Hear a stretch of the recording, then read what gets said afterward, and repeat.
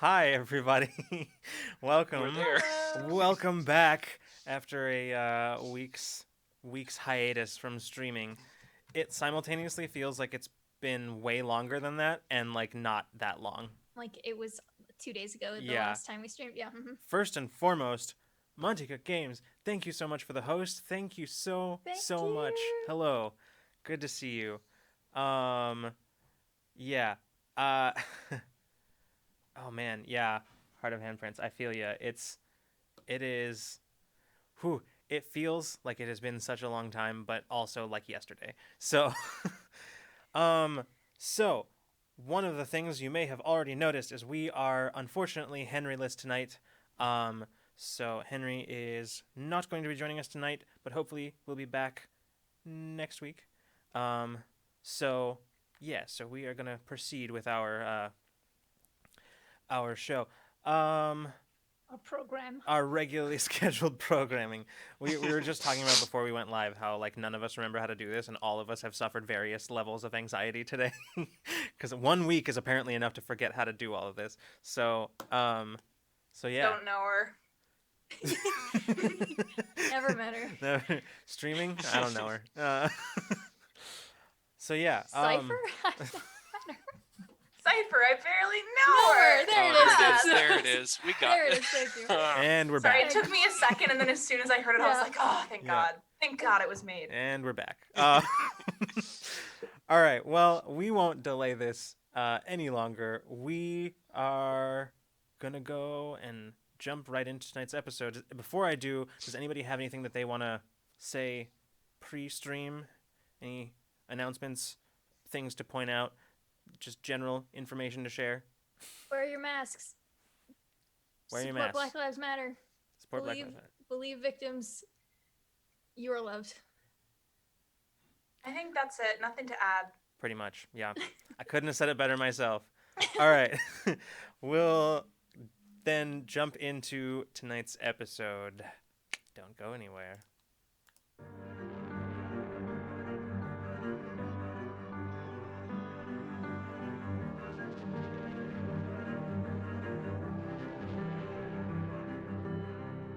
Some will say this is the end. We're surrounded, but we won't give in. No. Who will save us? Who will save us? Sometimes you gotta let go. Leave it up to the hero. Who will save us? Who will save us? When the truth's in the shadows. All hail to the heroes. They're gonna save us. Yeah, save us. Yeah, save us today. And we're back. Hello. Never mind. Don't worry about it. Shenanigans. Anyway, welcome back, everybody. So, let's see if after a week or after 2 weeks, I can do this. Previously on Infinite Horizon. Captivating. So, Perfect.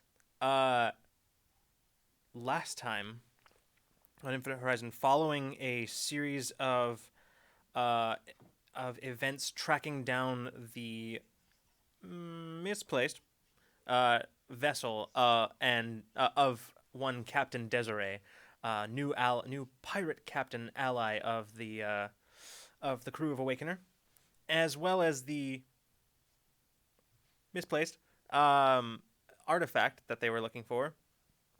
The hunt for both misplaced objects led the crew of Awakener to a high society and auction of the Low criminal. morality. Yeah, of the criminal. Yeah, high society, low morality. Is there a difference? I don't know. That's kind of seems standard. Of the criminal underworld of, well, technically the criminal overworld of the Border Worlds, wherein an elaborate heist was to be staged. Well, a pretty simple heist, but heist nonetheless.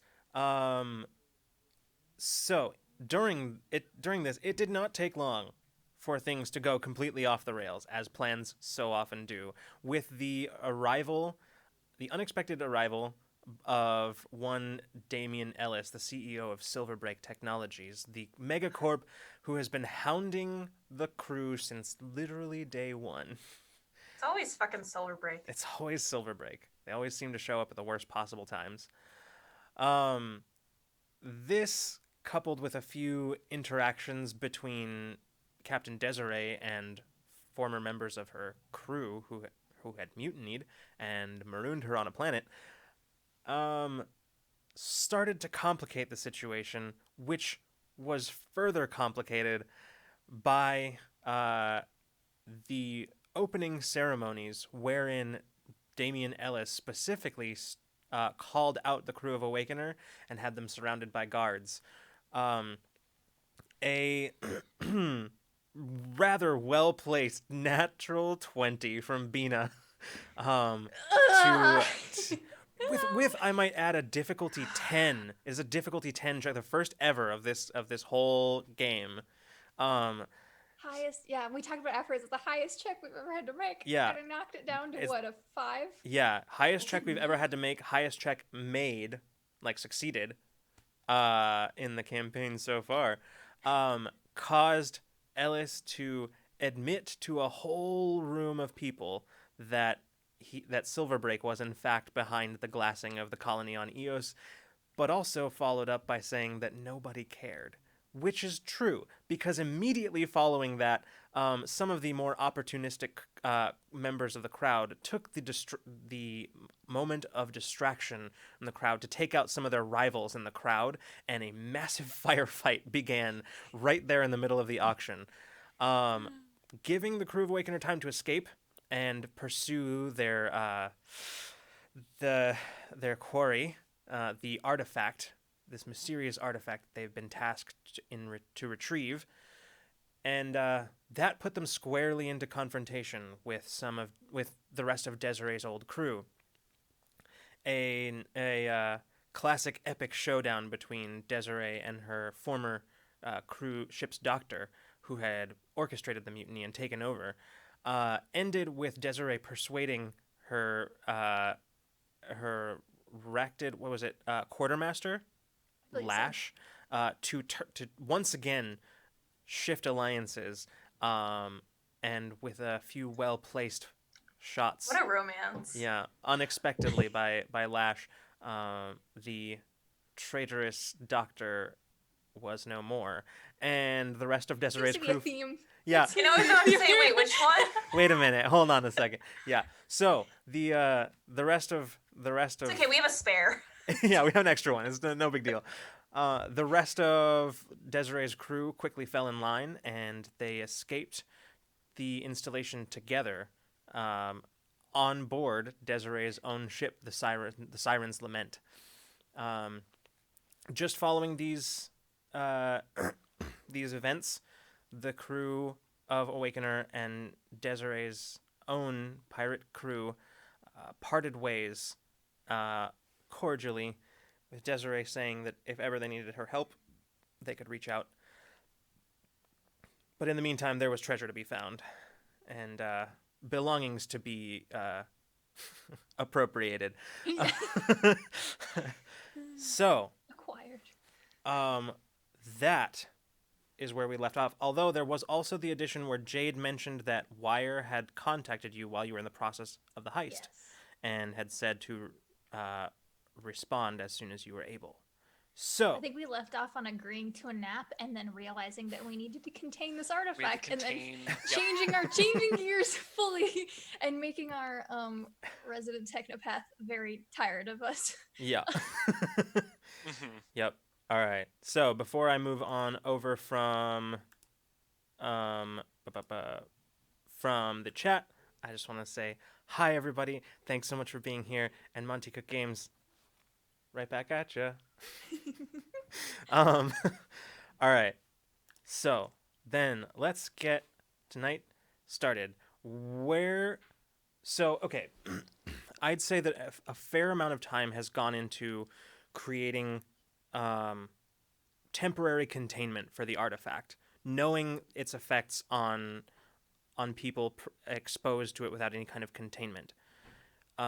Between Bina and Patch and Abriel, who has some of her records still from the colony, you were able to rig up something that looks like, basically rig up a containment field in the med bay, that basically just, where you basically have the artifact now. And as soon as you power it up, Abriel just sort of leans back and looking up at the thing and saying, well, I mean, I think that's as good as it's going to get for now without more specialized equipment and materials.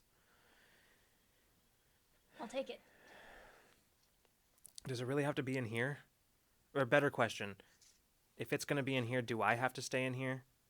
Yeah, I don't think I want any organic individuals within close range to this, just in case.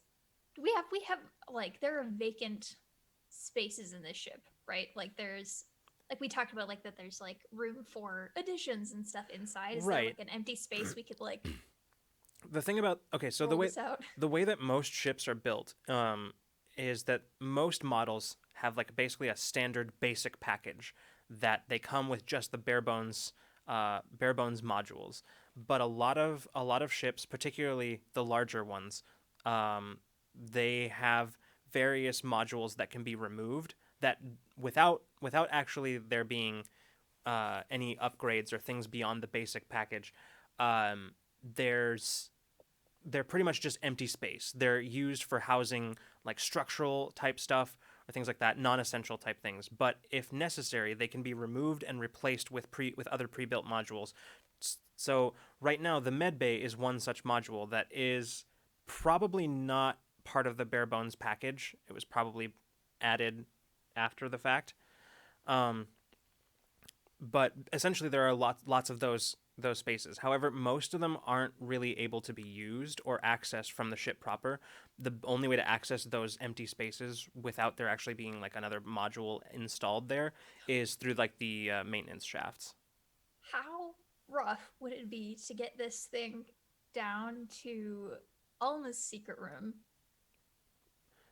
Not terribly difficult. I mean, it's the main issue with that is that access to it would be sort of restricted slightly. It would be difficult. I mean, that's not a bad thing. Right. I mean, but if you wanted to keep an eye on it or like keep it in your sights, it would not be the ideal place. But that's really the only downside. I think it wouldn't be hard to get it down there. I posed that to the group. Pros, cons. And that's like Mason says, that's like an area we can't see from our decks. It's completely off camera. But that's too bad. Maybe there's a way we could get a camera down there. Maybe. Of some kind, or monitor of some kind, so we can see it comfortably from our... Can you actually see it from this thing? Maybe. Yeah, we wouldn't want anything to change without us being able to see the changes. I'm sure Abriel would frown on that too. I feel like the out of sight is also a pro, just because it's a big, weird, scary thing that I would like no one to know where it is except for us. That's true too. During this conversation, Professor Tenora speaks up and says, "I actually would prefer to have it somewhere where I could study it, something, wherever that would be." Could I clean up that room? Could that be? It's certainly possible, but it would take it would take some doing. Yeah. Okay. Yeah. There's not like an empty room. I mean, the only empty room that isn't currently serving other purposes, is the secret room. So that was the other thought. That could work. That's right next to the bridge. Thoughts on that? Oh, it's perfect. It's a secret room. You like the sound of that. That's fair. Jade just says, I mean, it's easier to access, so the professor could get to it whenever he needed to. Did I ever figure out how to close it again, or yeah, is it just it's been open? Oh, okay. Yeah. Open for weeks. The panel is concealed, but it's like you can use it to open and close it. Yeah. Yeah. Okay. I like that.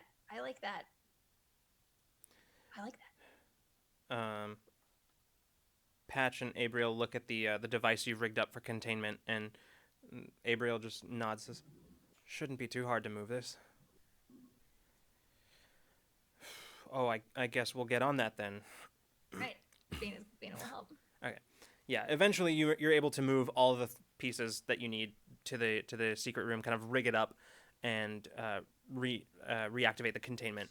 The professor just sort of sits down on the cot and immediately pulls out a notebook and just starts. He's just sketching it. He's sketching it basically. Oh, okay. That's his first thing. So, yeah. Bana will like hover for a second, just to, like watch him draw. Mhm. She thinks that's kind of cool. And then like probably at a point in which he's forgotten that she's still there because he seems like a person who gets wrapped up in his work. She's gonna be like, "So do you have any other research on this thing?" Oh, you're still here. I'm so sorry. Once I start, I sometimes get pulled in. Me too. I'm sorry. What was your question? Do you have any other research on this thing or things like it? Yes, actually, I have quite a few notes. Are you interested? Do you want to look at them? Oh, of course. Yes. Let me see. I believe I left them back down in the common area. Says, Oh, we can go.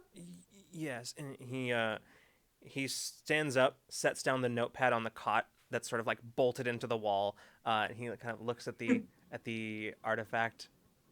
Do you want me to go get it while you stay and look at the artifact? Oh no, it's quite all right. Perhaps it's not healthy to establish a precedent of sitting here staring so early on. Plenty of time for that later on.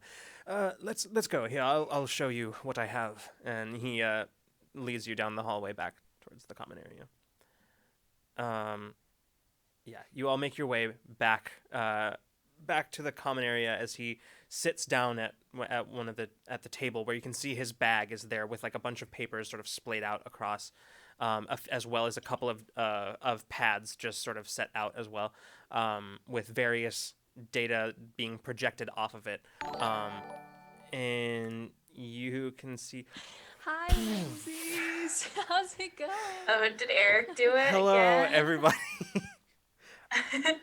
He really likes to Eric. make you melt. Thank you for the raid, and I'm on to you, Eric. I saw the clip, the end of the. You were ratted out. Yeah, I saw the end of your last stream where you raided us.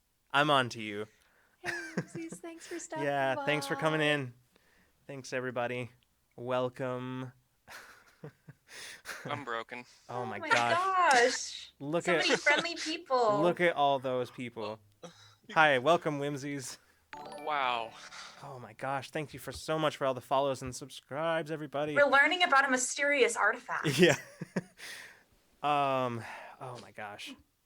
Thank you so much, Eric. I just straight up fell off my chair. I know we were just talking about prior to starting tonight that after like a week's hiatus where we took a bit of a break, we were all feeling like a bit of that like nervous energy. We've forgotten how to stream, and this isn't helping you guys. I mean, I love having you here, but oh my god. Oh my gosh, amazing. everybody. Thanks, friends. Thank you so much, everybody. All right. Well, we're going to jump back in. We're going to... oh, gosh. Okay. So, where were we? Gonna go get some notes. Getting some notes. So, yeah. So, you sit down at the table in the common area as Professor Tenoris just starts spreading out the notes and sort of shuffling through them, sort of half-heartedly apologizing for how disorganized everything is. It's okay. My desk would get like this all the time. You're totally okay. Yes, it's easy to get wrapped up in one's work, and keeping things organized it sort of falls lower on the priorities. Well, here, this is what I have right now, and he passes over the stack of notes to like a few of them that he has sort of pulled from the list, and oh my gosh, Heart of Handprints. Thank you for gifting all those subs. Wow. Man, you guys really just don't want the show to keep going tonight, do you? Oh No, my we God. don't get to learn about any artifacts. Oh, God. All right. Too much Artifact. kindness. Artifact time. I'm looking at the notes really hard. I can't read any of his handwriting. Yeah, no, absolutely not. It's very much like it's very, very doctor handwriting. It is, yeah. It is difficult. Oh my God, John, Notifications aren't gonna stop. this isn't gonna stop anytime soon. Might have to turn off the alert. Might have to. So, since this doesn't seem to be doesn't seem to be stopping anytime soon. First of all, welcome everybody. Who, if you may be new here, this is Infinite Horizon, our Cypher system, superhero sci-fi TTRPG actual play that we've had cooking in the works for a very long time. And so yeah, so we are. What's the command for our new cool document? Oh God, John, Is it help us out. We have a handy little document. We have a handy was little document, created. yeah, for exactly this purpose, so that those of you who are brand new can get and want to stick around but don't know what's going on, you can get a quick little catch-up document. I look at it all the time because my notes are terrible. Codex? I don't remember what it is. John made the command. He It's doesn't remember not. it either. It's not. That's not it. I tried. All right. Well, we'll get there. So, all right. Heart of handprints.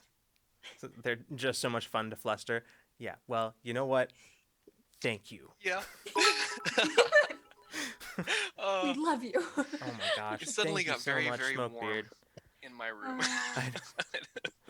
Yeah. It was all the kindness. It was all the It was the warmth Yeah, of it kindness. seriously was. Very much so. I had to open up a window.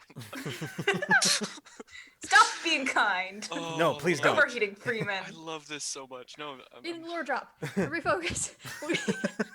Okay. Okay. So while John works on getting the There it is. okay, there we go. All right. Yeah, so there we go.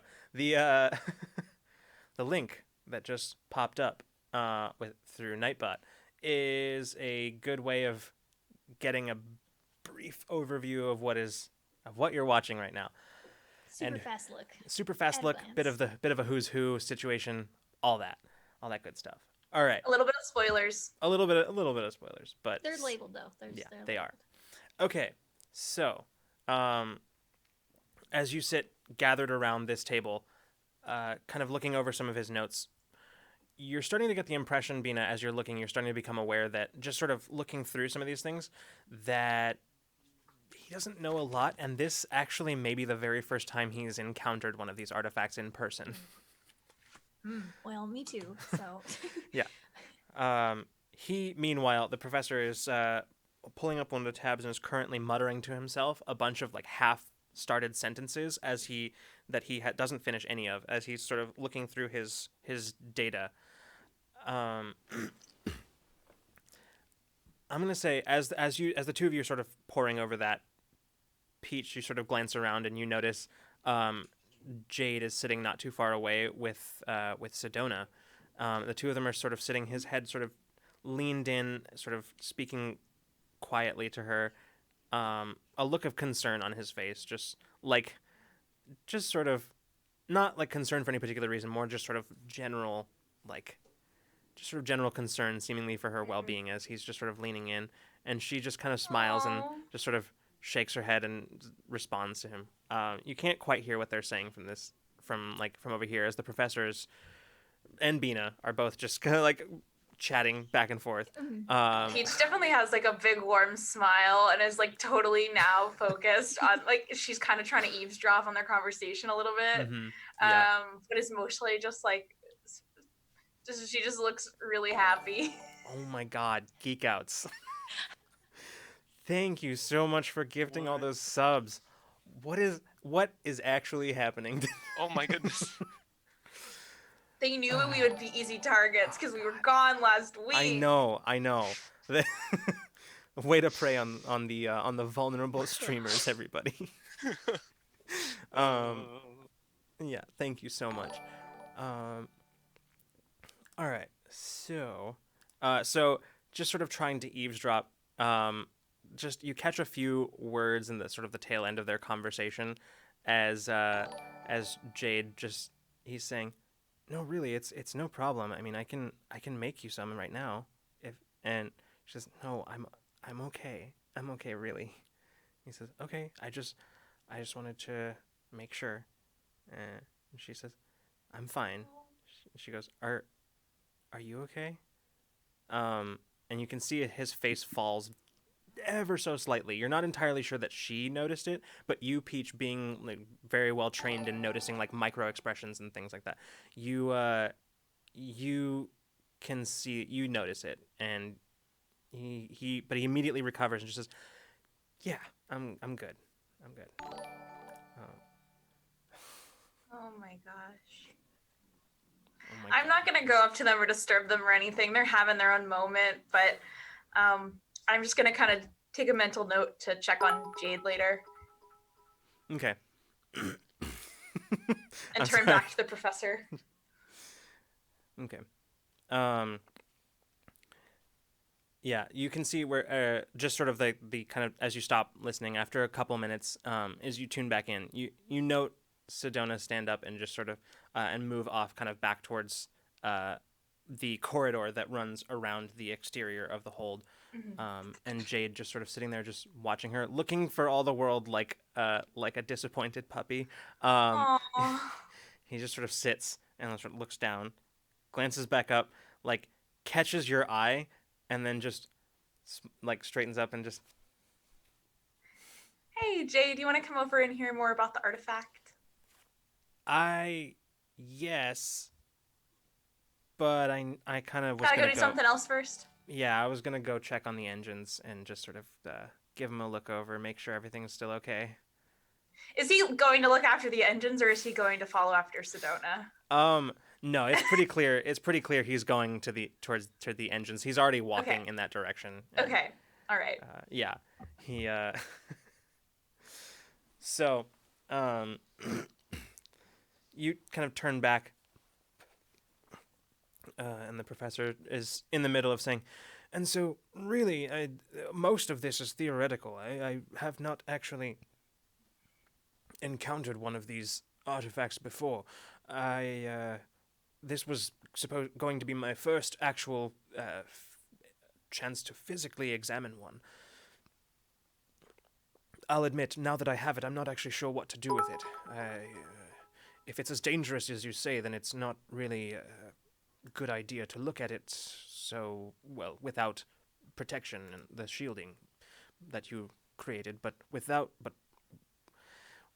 removing the shielding, I'm not sure what there is I could learn about it. So, for Professor, You now, could put like some like vegetables right next to the container for a few days and just like see what happens, and then you have a control group in the kitchen and see if they're any different. well, I don't know. perhaps, but I'm not sure what vegetables have to do with it. I'm not sure that they would How have it any. affects the organics. I don't know.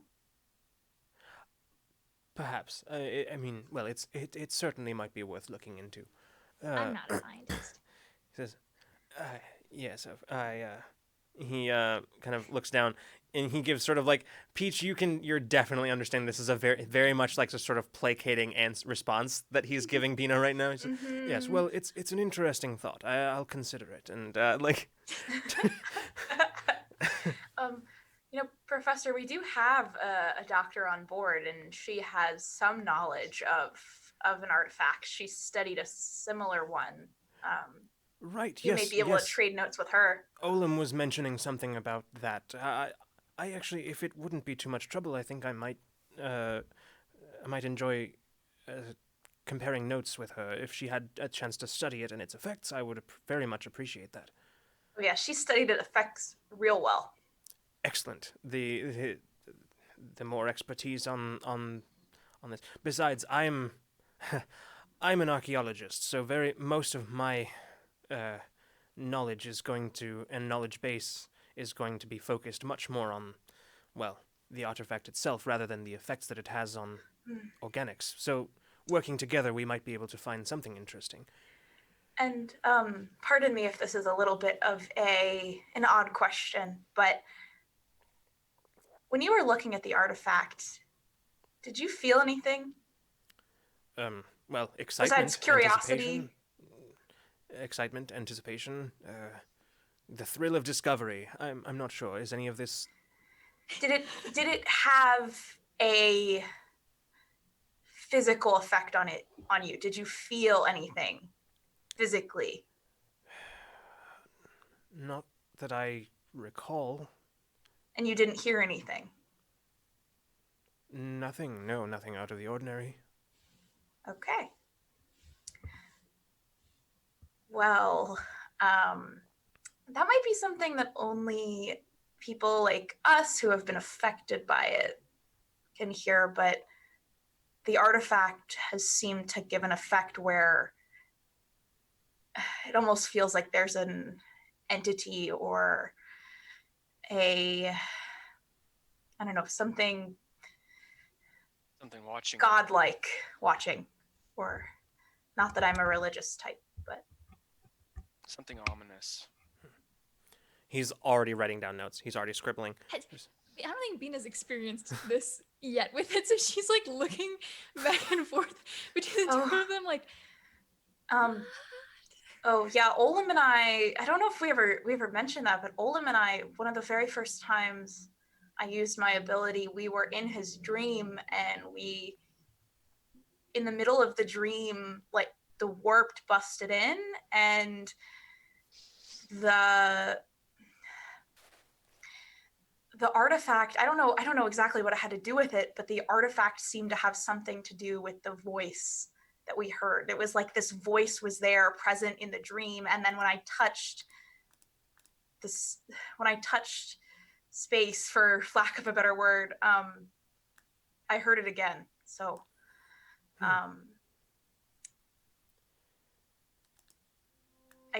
I don't know where it's coming from, but I think it's coming through those artifacts somehow, or they have something to do with it. When we first made contact with the artifact, this one, when I first grabbed it, I felt that presence. Something watching. It was terrible. Fascinating. I mean, I've never experienced anything like this, but most of my studies have into the Astrofel, the lost culture, who I believe to be the originators of this artifact. Everything that I learned about them suggested that this artifact was something that approximated that it was in some way an object of perhaps something akin to religious significance in their culture. And if what you're saying is true, it could be possible that this might be why.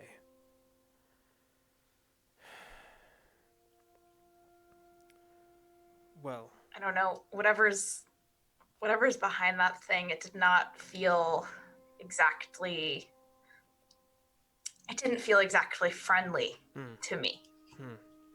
No, you've given me a lot to think about. I think I might have to... He starts, like, gathering his notes, just sort of... he says, oh, I'm sorry, and he grabs them directly out of Bina's hands and just starts, like, piling them back, and he says, I think I'd like to have a conversation with this doctor of yours. This is interesting. If there's still some sort of link between this artifact and the cultures that came before, perhaps that's the key to learning what all of this is about.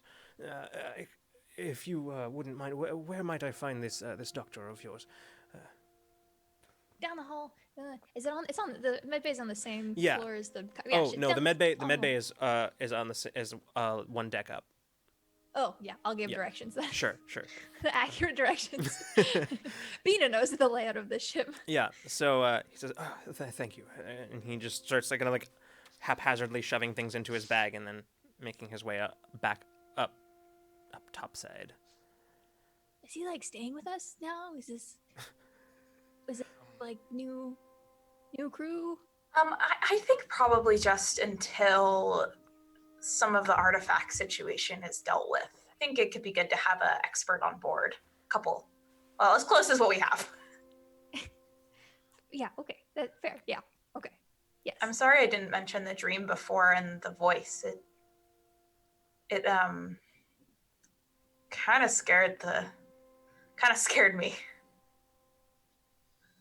I mean, Are with we the next to- compounding weirdness, I guess I would not fault you for it getting buried and the other weirder things that we've been experiencing.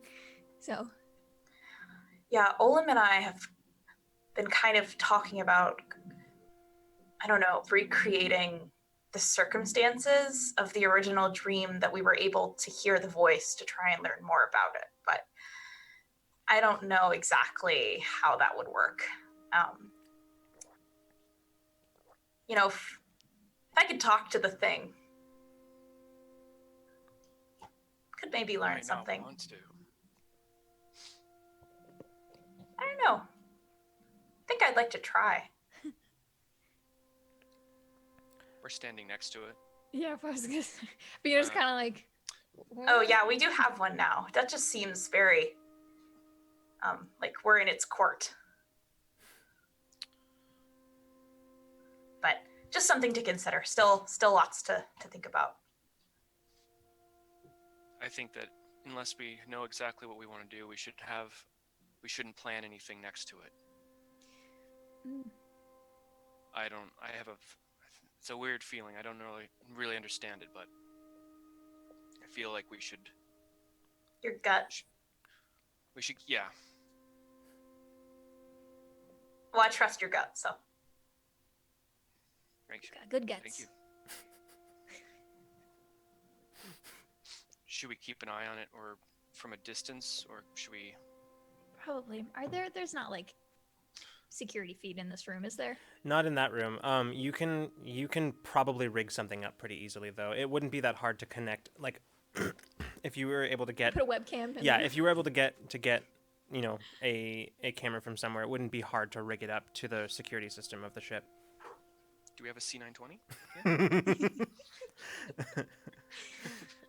Do we have? There's not like extras anywhere. I'd probably have to remove it from somewhere else. Maybe, but you might have some extras. I could conceivably say that's a thing that could exist on the ship. Bina's gonna go on a camera hunt and try Alright. to find something to set that up so that everyone can kind of have a little bit of peace of mind. Sure. Yeah, easy enough to do. It doesn't take you terribly long. It's really just a matter of like peeling away the bulkhead in the room and just patching it into the system. It's not a difficult thing to do at all. Yeah, and as you pull up her terminal and like, Mhm. and there you go. Now Yeah. you can see it. you pull it up, Show patching it. patching into the security feed, you can actually kind of swiping through the different feeds. You can pull up the secret room. Secret room. Even from here, even just sort of looking through the security feed, watching the artifact, it's this bizarre sensation that is akin to that weird feeling that you get when you're watching somebody else on a camera and they appear to be looking right directly back at you. Oh. There's no change other than that sort of scintillating interior internal lighting from the orb-shaped artifact itself, but that feeling doesn't go away as you're watching it. It feels like it's looking directly back at you. Not with the same intensity that you guys have felt before when you've touched it. Not like that presence. It's just that weird feeling of like you're looking at it and it's looking back. Vina has like an internal mini staring contest with the feed. Like even though it's like 3 feet away from her, she's like, and then she closes it and she's like, I don't want to look at that anymore. And she's like, oh, there you go. You can have eyes on it whenever you like. Not having to be directly next to it. At this point, Alma pops her head into the room and she says, "Hi, ooh, Hi. that thing is Spooky? yeah, I don't like that. Speaking of things I don't particularly like, Wire just is back. She called again and is now just waiting and. Okay, Oh, that's good. yeah. Forgot. We had a lot of that is things to do. That's an you important have one to too. do that one. Yeah. Mhm. Okay, let's call her back. No, I think that she's on the line right now, waiting for us. I think so too. Yeah. Oh, she's like on. She's Oh yeah, she's on okay. hold. Someone's I put holding her the on phone hold. real She's quick. Oh, okay. Oh, that's gonna really make her angry. Let's go. What's the hold music on the Awakener? I know. I was about to say, what's like the menu? It's Like, gotta what be. is? Sax. It's Daybreak. The like the smooth jazz. Anyway, Good. It's their theme song. yeah. Oh, we have a lot to tell her.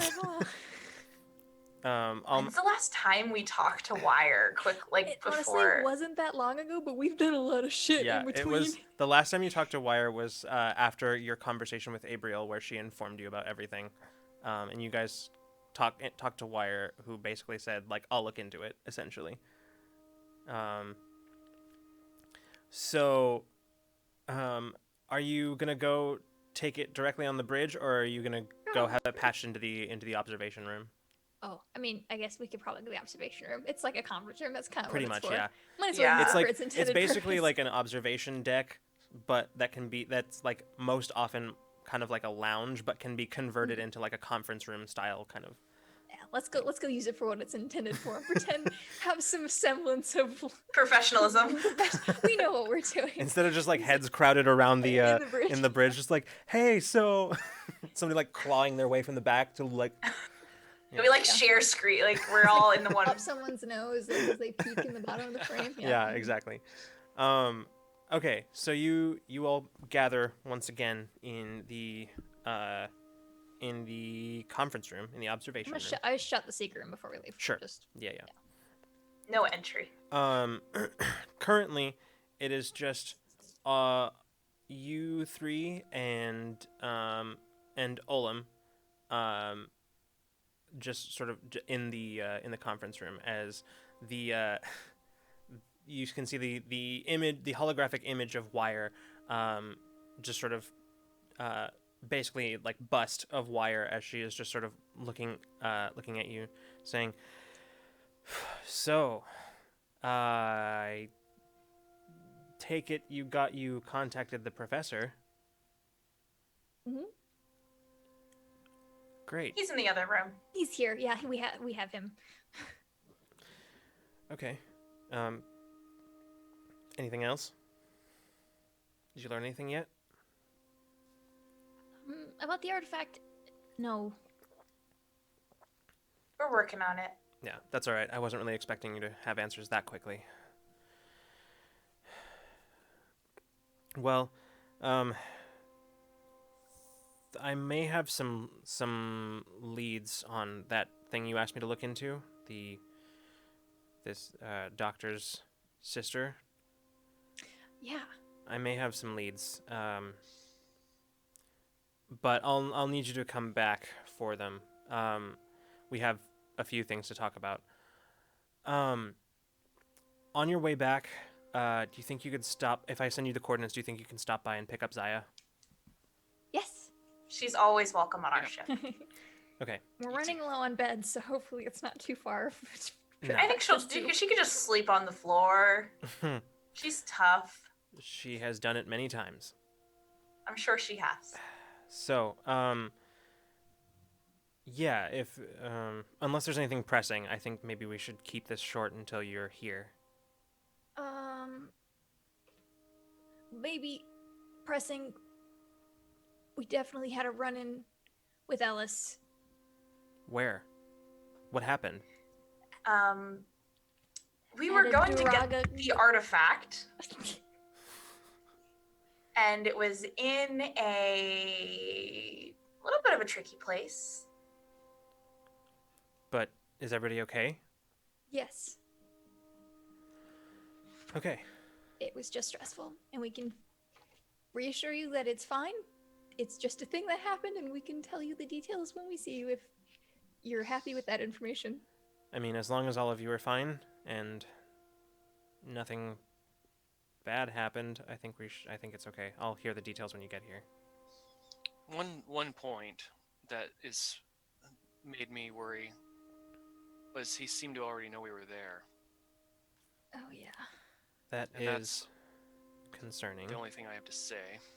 We can fill you in on the details of the encounter and where we were, of course, in person, but that seems like an important one in my mind. I'll look into it. I'll see what I can find. In the meantime, just get here as quickly and safely as you can. Can do. I'll see you when you get here. I'll send the coordinates to Zaya's location to you now. Just wire out, and the communication cuts out. Bye. Oh, she's already gone. To the point. I need another cup of coffee. Wire seemed a little shifty, like she had something important. I'm looking forward to see what it is. Hopefully it's good news.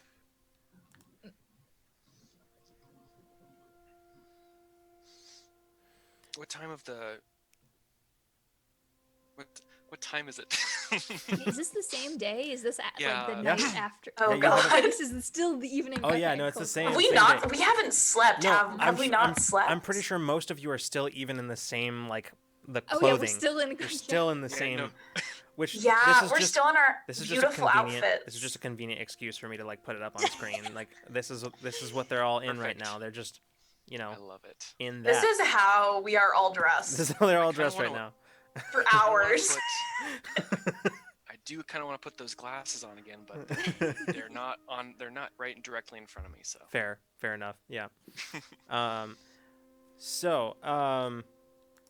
Yeah, no, it's pretty much it's like the same day. Like hours ago, you were being chased by Silverbreak security as well as the Duraga pirate gang. You had a showdown with Desiree's crew and escaped from a pirate base where a criminal auction was being held. So It yeah, went perfectly. yeah. So like, we're great. and actually, I would say that this is probably about the time now that you've like dealt with all the tasks at hand, where it's starting to really hit most of you. It's really starting to Yeah. hit now. And to the point where like it's been a couple minutes since Wire's transmission cut out, and you all realize that you all just kind of been spacing out in different directions. Olim stands up and goes, "Well, I'm going to sleep." Yeah, we should do that. I'm gonna at least get out of these clothes Yes. and take a quick shower. Olim says, "I kind of like this. You know, Looks good on you. it's a lot nicer than most of the stuff that I own back home." Well, now we have nice outfits in case we have to go crash another criminal underground auction. Oh God, I hope not. I hope not. I hope not too. At least not for a little while. I mean, I hope there aren't too many more of these artifacts out there. Oh God. And I don't hadn't think thought we'd be about that. heisting just for extracurricular activities, you know? I'm gonna go to sleep. Yeah. And he just sort of just stands up and just starts walking out of the observation room. Right. Let me know if you need help falling asleep. He like hesitates and then looks back and says, "Maybe. I'll let you know." Okay. You know where to find me. So,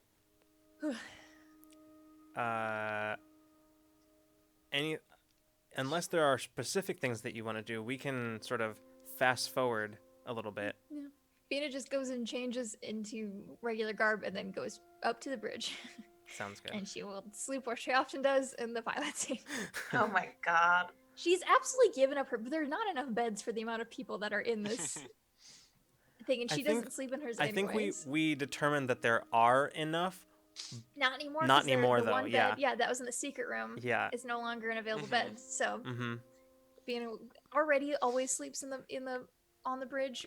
It's on and off between the bridge and the engine room, but like Yeah. so she's fine. She will go back up there. Yeah.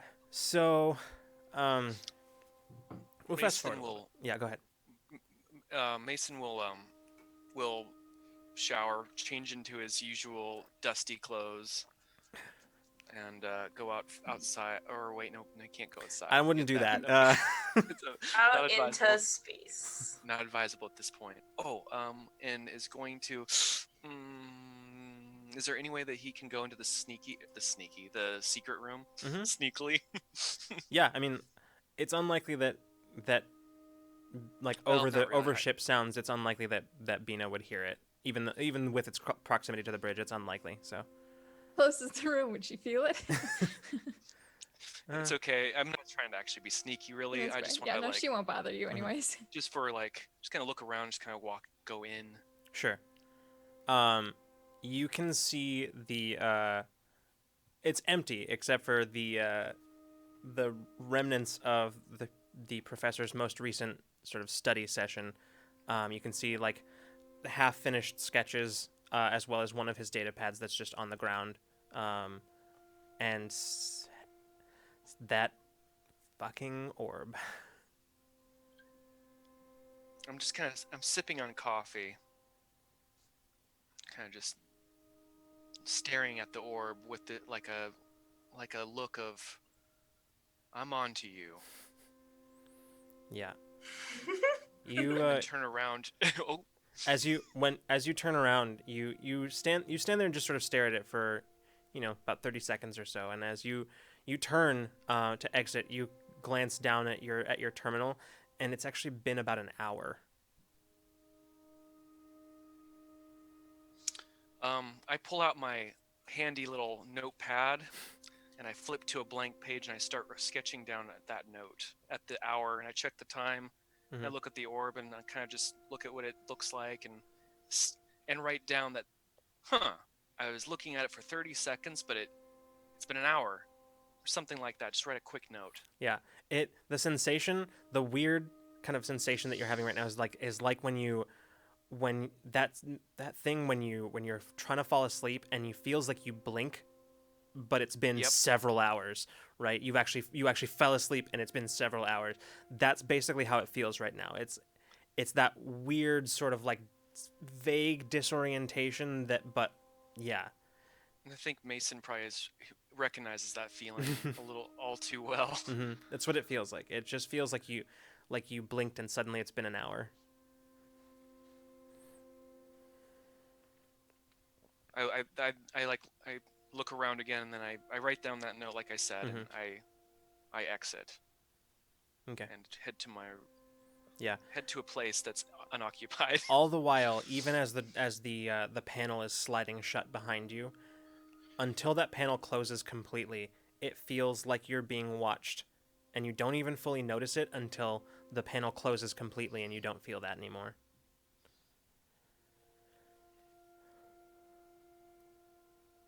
Is the coffee all gone? Like I was sipping it unconsciously? No, it's cold. It's cold. Yeah, that makes sense. Mm-hmm. Oh. I'm actually gonna head to the kitchen, the ship kitchen, and heat it up. Sure.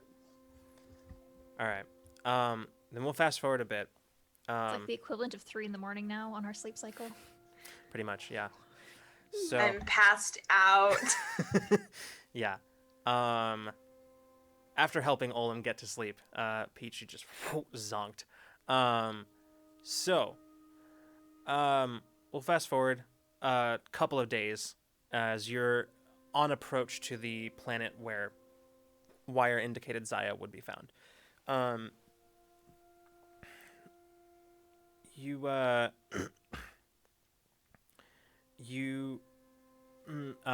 make your way, Bina, back up to the bridge after a stint away, just sort of checking on various aspects of the ship. Making your way back into the bridge, where you can see Alma and Jade are in there in the two chairs that are basically not the pilot or co-pilot seat. They're swiveled to face each other across the thing. They're just sort of. It's pretty clear as you're stepping in. They both kind of look up at you, and as you step in, it's pretty clear that they were in the middle of like a conversation. You can see Jade's face is sort of like he's kind of got this moody expression on his face, as Alma just looks up at you and just smiles, and she says, "Are you gonna be okay?" And he nods. He says, Yeah, I think. And she smiles and stands up. She goes, "Come on," and holds out her arms, and he just sort of like very grudgingly, like arms down, just goes into like, and like he's, a bit taller than she is, so she has to kind of reach up to kind of pull him into an embrace. And he just sort of smiles and turns and says, "Hey, Bina," and then he he starts making his way down back down the corridor out of there. I think during that, when she realized they were having a conversation, she would have like turned to do something against like the back wall, like pretended to like fake texting. Yeah. Like fake text, yeah, like against like the back wall to like not be like let them finish their conversation in peace. But then probably would have caught eyes with him when he was leaving again. Yeah. Alma just, as she watches him leave, and then just like sits back down in the chair. She'll flip around. Just go. All good? Oh yeah, he's he has kind of a bit of a crush on Sedona, and yeah, I figured you would. He doesn't know what to do about it. Good luck to him. Yeah.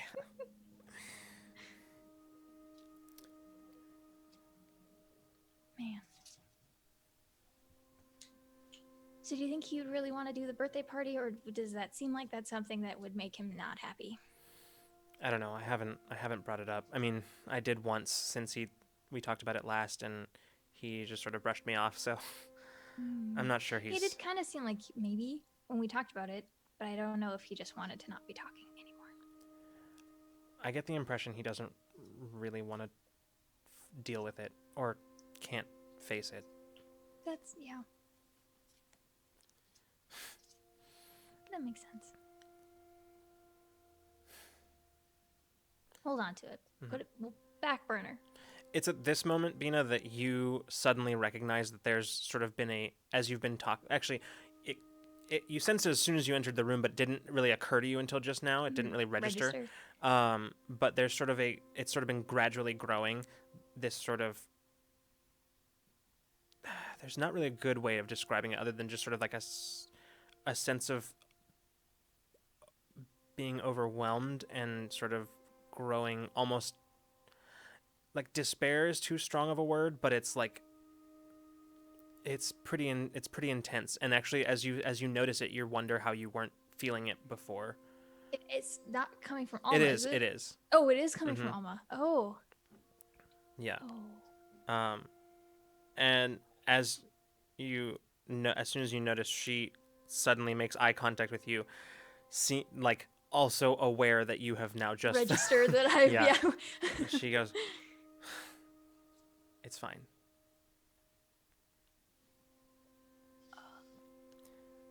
I mean, I'm not, I don't I know. It's like to push it, but like kind of feels like it's not. It's not. Want to talk about it? I don't really know what there is to say. I mean, talking to Jade, talking about his mom, talking about how he's worried about things with Sedona, because, did you know that a few years ago, before he and his mom moved to the colonies, he had a girlfriend back home? Oh. And it didn't go well. She I don't have a lot of details, but it seems like she kind of did a number on him. But poor kid. But that's just the thing, He's got all these things that he's dealing with, these things from his past, and I can't remember mine. I don't remember my mom. I don't know if I had one. I don't remember maybe if there was anybody special back home. I don't have any of that. She's kind of like reach an arm up just to like hover, like for acknowledgement that it is okay to touch. Yeah, she doesn't acknowledge it, but she doesn't move away. Okay, she's gonna kind of like sidle up next to her and do Mhm. like the 2-arm like link through hers and just Mhm. kind of like put her head on her shoulder. Be like, I mean, whenever you're ready, we could always talk to Peach. Yeah, I know. I just, as much as I want that, as much as I feel like the bad is worth it just to have something, that's just it. I don't know. I mean, what if there's something that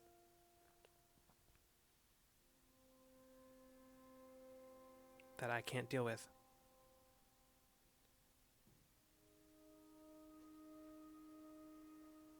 I mean, then we deal with it. I mean, we've been through some of the weirdest shit I have ever seen or heard about in my entire life, and I would assume would have never in the rest of it had this not happened. So, I mean, what's a little more weird?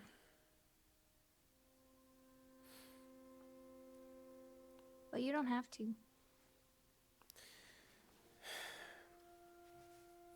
You could keep on being the Alma you are right now. Not that I think you'll change, but you'll maybe have more memories. But, you can just keep on like this if it never becomes something you want to do. But if it would give you some peace of mind no matter what you find or don't find, I mean, we'd all support you. Bina, what if I remember who I was and I don't like it? Well, that's the great thing about being an individual. You get to make a choice from there, who you want to be moving forward.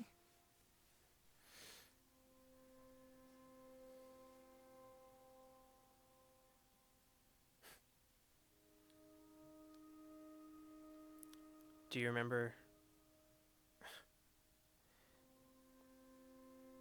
She doesn't finish that sentence. She just sort of like leans back for a bit and just If she pulls away, Bina will like let her go then. Yeah, she just leans back in the chair.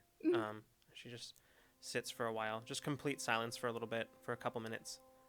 And she just I'll sit in the chair that's kind of whatever the co-pilot seat or whatever that can turn to face her so that we're sitting next to her. And she just after a few minutes she just looks up, she says,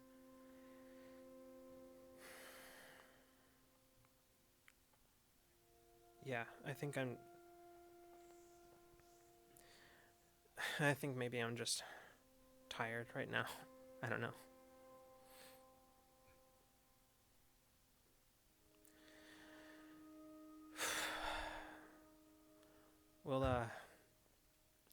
We'll be, she kind of points over to the dash and says, "We'll be getting there soon. Maybe if we get a chance to catch our breath later, maybe we'll talk about this some more." Hey, I mean, you get to meet Wire for real.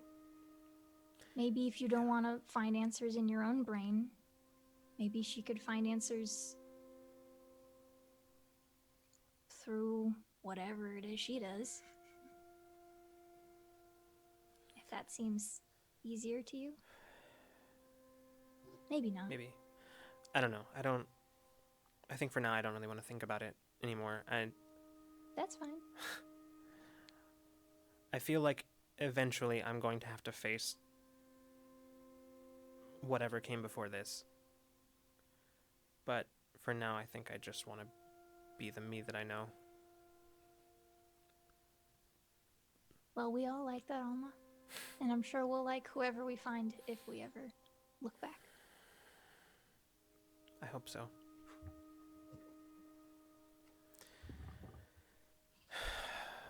Maybe you should take a nap. Yeah. things were a lot easier when I could just phase out of the room. Hey, well now this way. Bear's gonna kind of like stand up and like hold out her arms and kind of like inch closer. She's just like sitting in the seat, looking up at where you're standing, and she's just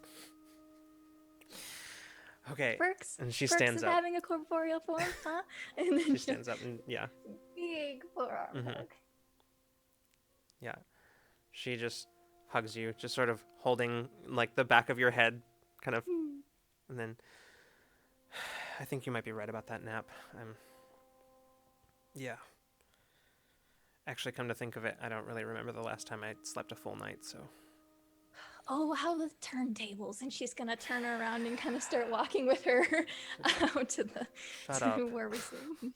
She's- all right, so we'll cut a little bit ahead as you are jumping out of FTL.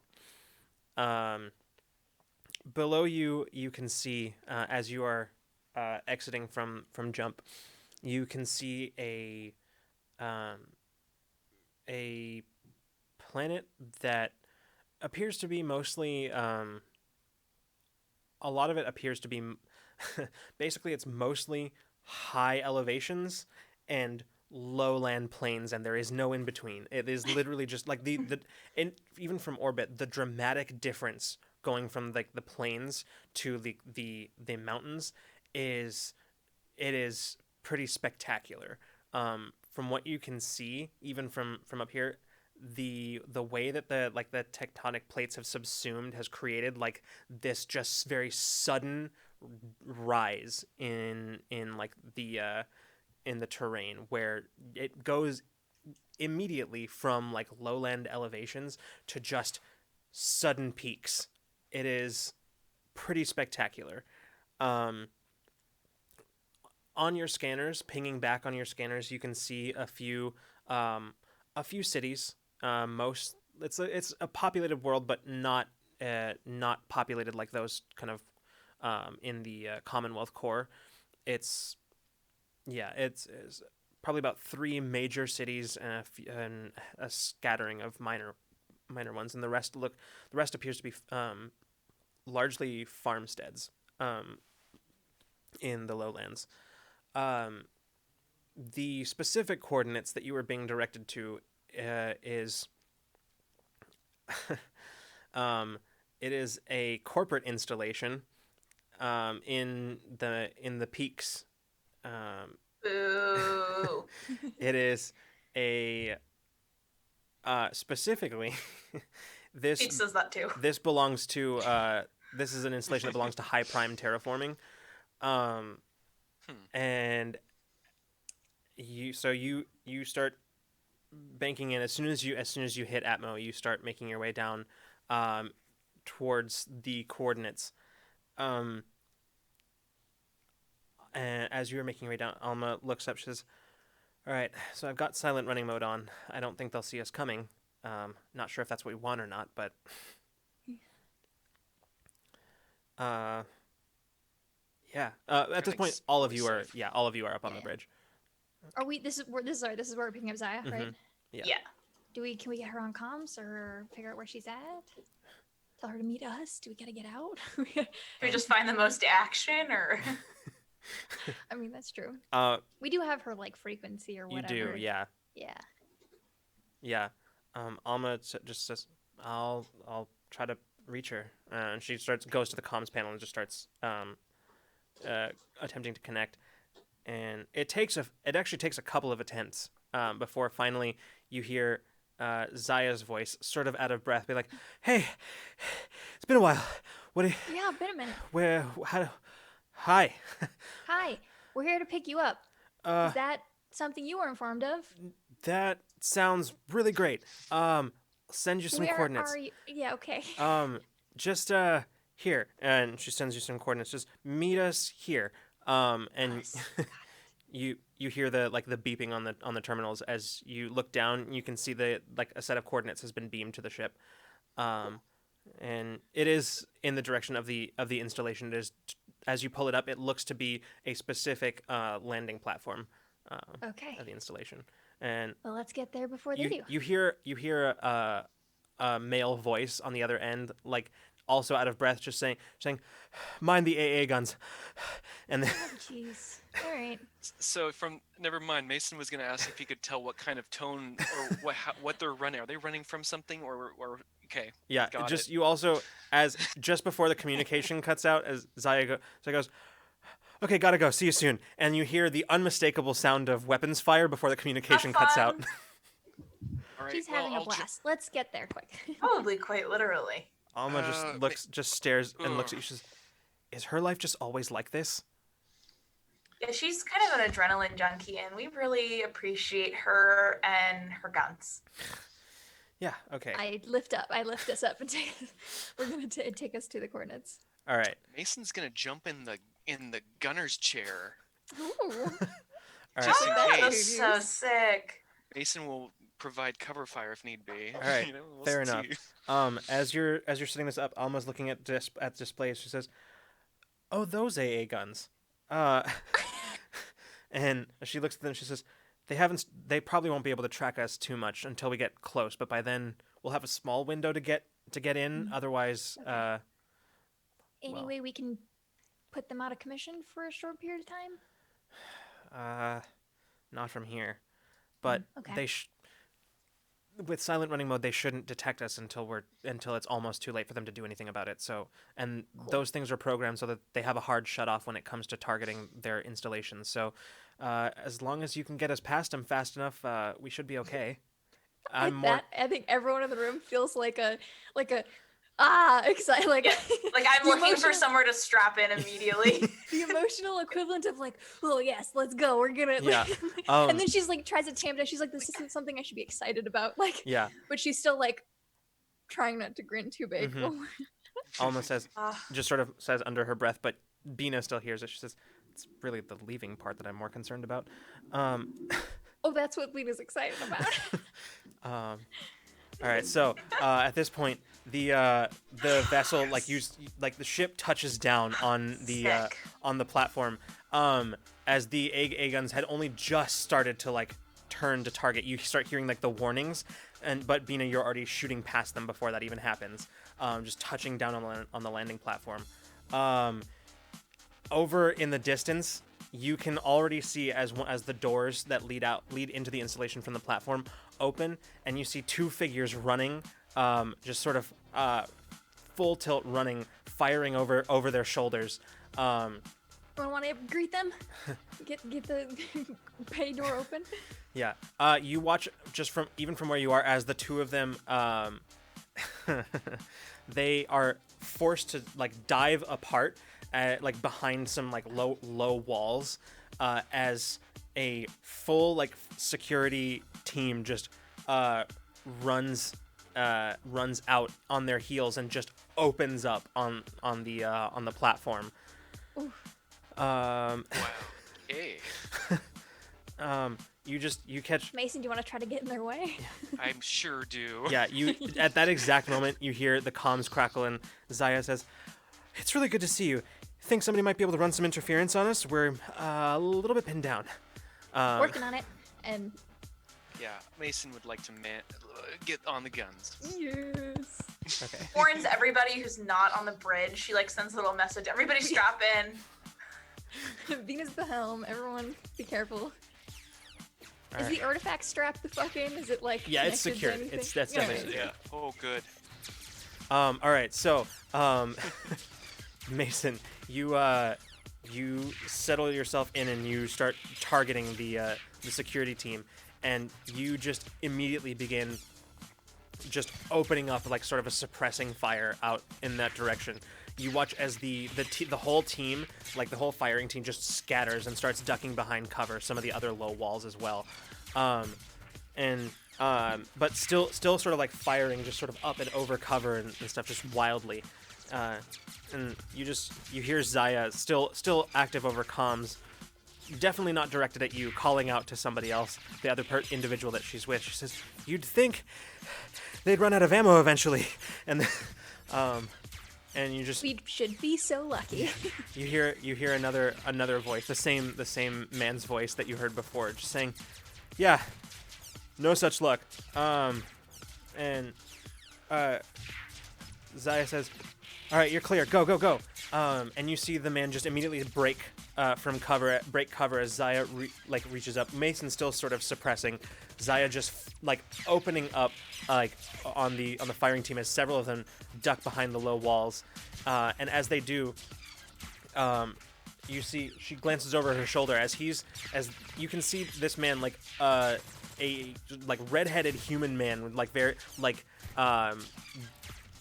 very well trimmed full beard as he's just running, wearing a dusty brown trench coat as he's just running full tilt down an open stretch of the platform. Zaya glances, you can see her looking back and forth between, and she just says, you just hear her over the comms saying, "Okay." She tosses. You watch as she tosses one of her weapons, just stands up and just starts running full tilt towards the security team. You can see even from this distance, you can see the stray fire that is hitting her and getting absorbed as she's just running, and just as she doesn't even stop, she just runs straight through one of the barricades, just bursting it, sending debris everywhere. Just debris and security personnel just scatter as she slides to a halt, and then immediately turns and starts running back down the platform, following the man. Before long, as she's running, just doing the full-on zigzag down the platform, you lose sight of her underneath the nose of Awakener. She's running and almost looking down, going, "Shields are still holding, only stray shots hitting us for now, but we're probably gonna want to get out of here really soon." Yes.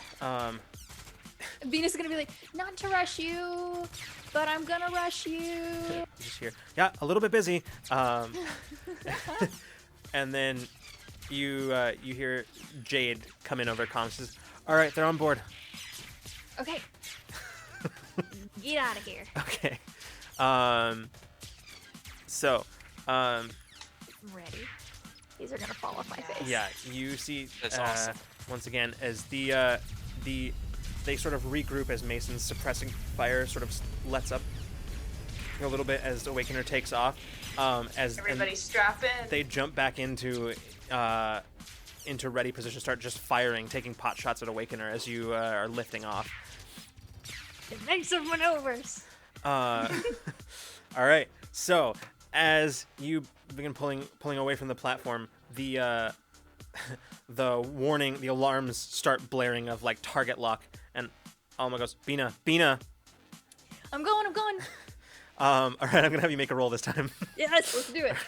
All right. This is gonna be I think this is gonna be a speed roll, and the difficulty of this one is going to be 5. So, Okay. all right, tell me what you got. Let's see. Piloting. Is that piloting is specialized? Yes. Okay, so that's down to 3. 2.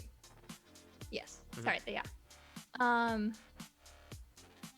Does my sight come into play here? Trying to keep an eye on everything. Yeah, and see basically everything? you need to keep an eye on your escape vector. So yeah.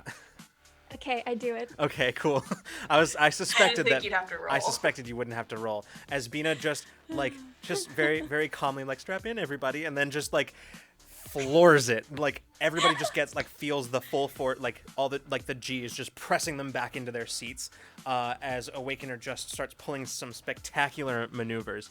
At one point, just Alma's arm just reaches out and just reflexively grabs your shoulder. And it's just Okay, I have a free one I can grab onto. Bina, and then We're good. It's good. I got it. you can hear the Deep proximity breaths. warnings starting to beep as some of the anti-air missiles that are following you are coming. As Bina, at the last second, you just start spiraling, and the missiles just collide into each other, just rocking the ship ever so slightly. As Awakener just sort of soars up into the atmosphere. With no regard for safety, just creating a huge sonic boom in the as you break atmo. God, she's a menace. Yeah. Alma just sort of like just death grip on your shoulder, just like We got it. We're good. We're good. It's fine. Yeah. Pull up systems to see if, like check for damage, like make sure we're good. She just immediately goes back into like, all right, routine. Well, okay, check for damage. We'll make sure all systems are good. Alma just looks down at her displays, which she just now at this moment realized she hasn't been checking for the last couple of minutes. As she looks down, she says, "Shield's holding at 70%." Cool. Another good escape. Yeah, well, this is a habit at this point. I think, yeah, Alma just... it has occurred enough. I'll be right back. She unclips her restraints and just like runs for the restroom. Oh yeah, she hasn't had to deal with that with the real body yet. Oh my gosh. I was just gonna say. As she like is running out of the cockpit, she like passes by Zaya, who's like, "Whoa, is that?" She's like, Welcome back. "Hi." You can see she's got like a cut across her cheek, which is like bleeding freely. Like that's just sort of like down her face. It's been too long. She says, "Yeah." She brushes off. You can see as she like holds up. She's wearing a very similar like dusty brown trench coat to the man who's currently following in her wake. She like looks up. She goes, "Huh. Gonna have to sew this one again." She says, "That was pretty close." Anyway. So what's going on? What's new? Like kind of like indicating back to the planet. Well, same old. Thanks for the not that we're not grateful, but what are you doing here? We were told to come get you. Clearly, you were not also appraised of that. You were told you. Oh. Yeah. Okay. Well, thank you. Yeah. Who's your friend? Just yeah, I'm so sorry. This is Becker Shaw. He's one of my contacts that I mentioned to you last time when I was here. He steps forward and grins and just sort of, Mason being the closest one to him, just sort of holds out a hand, just big grin on his face. Says, "Hi, good to meet you."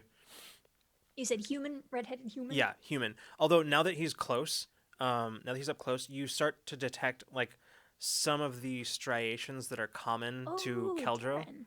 So yeah, he's clearly has some Keldro ancestry, but yeah, he's Terran. Basically, Have we just talked about that recently? I don't know. We have.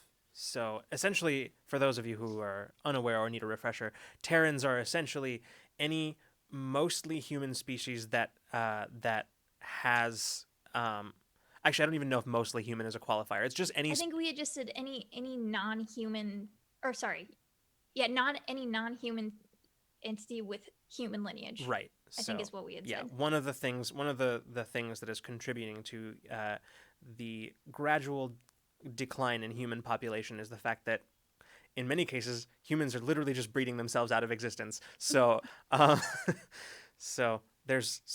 Terrans are actually fairly common, especially in on worlds where humans settled alongside existing populations. But this particular individual, Becker, appears to be like mostly human. Whatever his Keldro lineage, it's probably a couple generations back. As he says, "Yeah, I'm a old friend of Zaya's back from our days in Ascendancy military." Hi, we're new friends of Zaya's. Welcome aboard.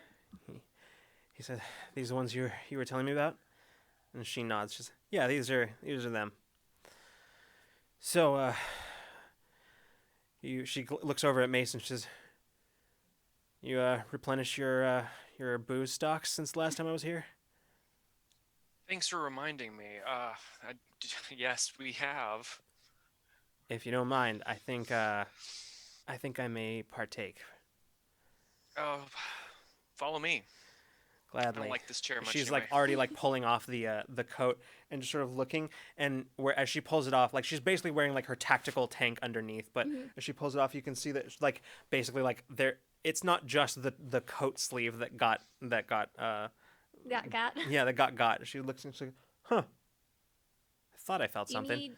Do you need medical Yeah. assistance? We have a doctor. Just booze first, stitches Fair. later. Should have known. I think the doctor would prescribe a little bit of that too. Yeah. And she says, thanks again. We really didn't have an Happy to exit help. strategy. Or actually, we did, but it kind of got a little bit blown up. So Didn't we say that you could call us anytime? didn't think we were going to need it. So, that alcohol. Yeah, the two of them exit, leaving Mason leads the way. Yeah, Becker is just sort of awkwardly standing there saying, nice ship. Thanks. He You're says, welcome to hang out wherever you'd like. We're running out of beds. How far are we from Sulan? We're going back to Sulan. right, yeah, right? we're going back to Sulan. Right now, you're probably only about a day away, so it's, yeah, Oh, okay. it's pretty close. We'll make do. Yeah. It's fine. He says, We got couches. he kind of pushes back the, pushes back the trench coat and like sticks his hooks his thumbs in his belt, where you can see underneath the trench coat he's wearing like a full on a mechanical looking chest plate, underneath, Oh. and just like on the like wearing basically like a low slung belt, with a holster on it just across his waist, and he's just sort of hooking his hands in his belt. He just says, "You mind if I sit?" Yeah, go for it. He settles himself down in the seat and kind of brushes away his sort of unruly hair. He says, "Whew. Well, seriously, like, thank you for the evac." We're getting pretty good at it. I'll say, says, I'll be honest, there was a moment there where I was pretty sure the AA guns were gonna have us. Nah. Says, you the pilot? Mhm. Impressive flying. Thank you. Says, well, I guess that's 5 years of undercover work blown, but Ooh. that's all right. I wasn't really expecting anything different when Zaya showed up, so. 5 years. Yeah, it's it's. The terraforming at High Prime? Oh no, I wasn't involved with any of that. I was mostly just standard run-of-the-mill corporate espionage. At least that's what they'll think. How is he adapted to this like feeling? Is he apprehensive in any way about being on a No, ship? he's just, actually totally like seems pretty "All right, comfortable. yeah." He seems to be coming down from like post Adrenaline. yeah high? post combat adrenaline high right now. Like he's just Fair. kind of like coming down from that. He's sort of leaning back. He actually feels very similar emotionally. Feels very similar to like Mason and Zaya. He has that Just, same like control Calm, sort of collected, yeah. Yeah. You can Cool. feel that. Like you can feel his emotional state, which is, mostly calm, but like it's very calm. It's not particularly turbulent. There's like smatterings of other things, but you can feel more than anything. You can just sort of feel him like collecting himself. Cool. I want to make sure he wasn't feeling like skittish, No. shifty bunch of He weirdos. actually seems pretty Been vetted comfortable. okay, cool. Been vetted by Zaya. Yeah. We're good to go. He's Cool. just leaning back in the chair right now with like one leg as he pulls one leg, crosses it over the other, and just sort of leans back in the chair, swivels it around to face the two of you. He says, "Yeah, no, it's just working on a few. As far as they're concerned, it's corporate espionage, but it's part of my job to make it look that way. So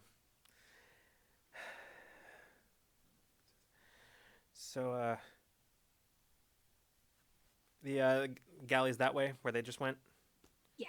He says, "Good." He says, "I haven't had much to eat in the last week, but Oh, please eat. Oh my gosh. Yeah, we have lots of we can make dinner. Yeah. yeah, we haven't had, that'd be great. Yeah, we haven't eat- I will yeah. tell you right now, these corporate installations, they might be subsidized, but they definitely don't spring for the good stuff. So Well, we've got some good stuff, and I can make big portions. So great.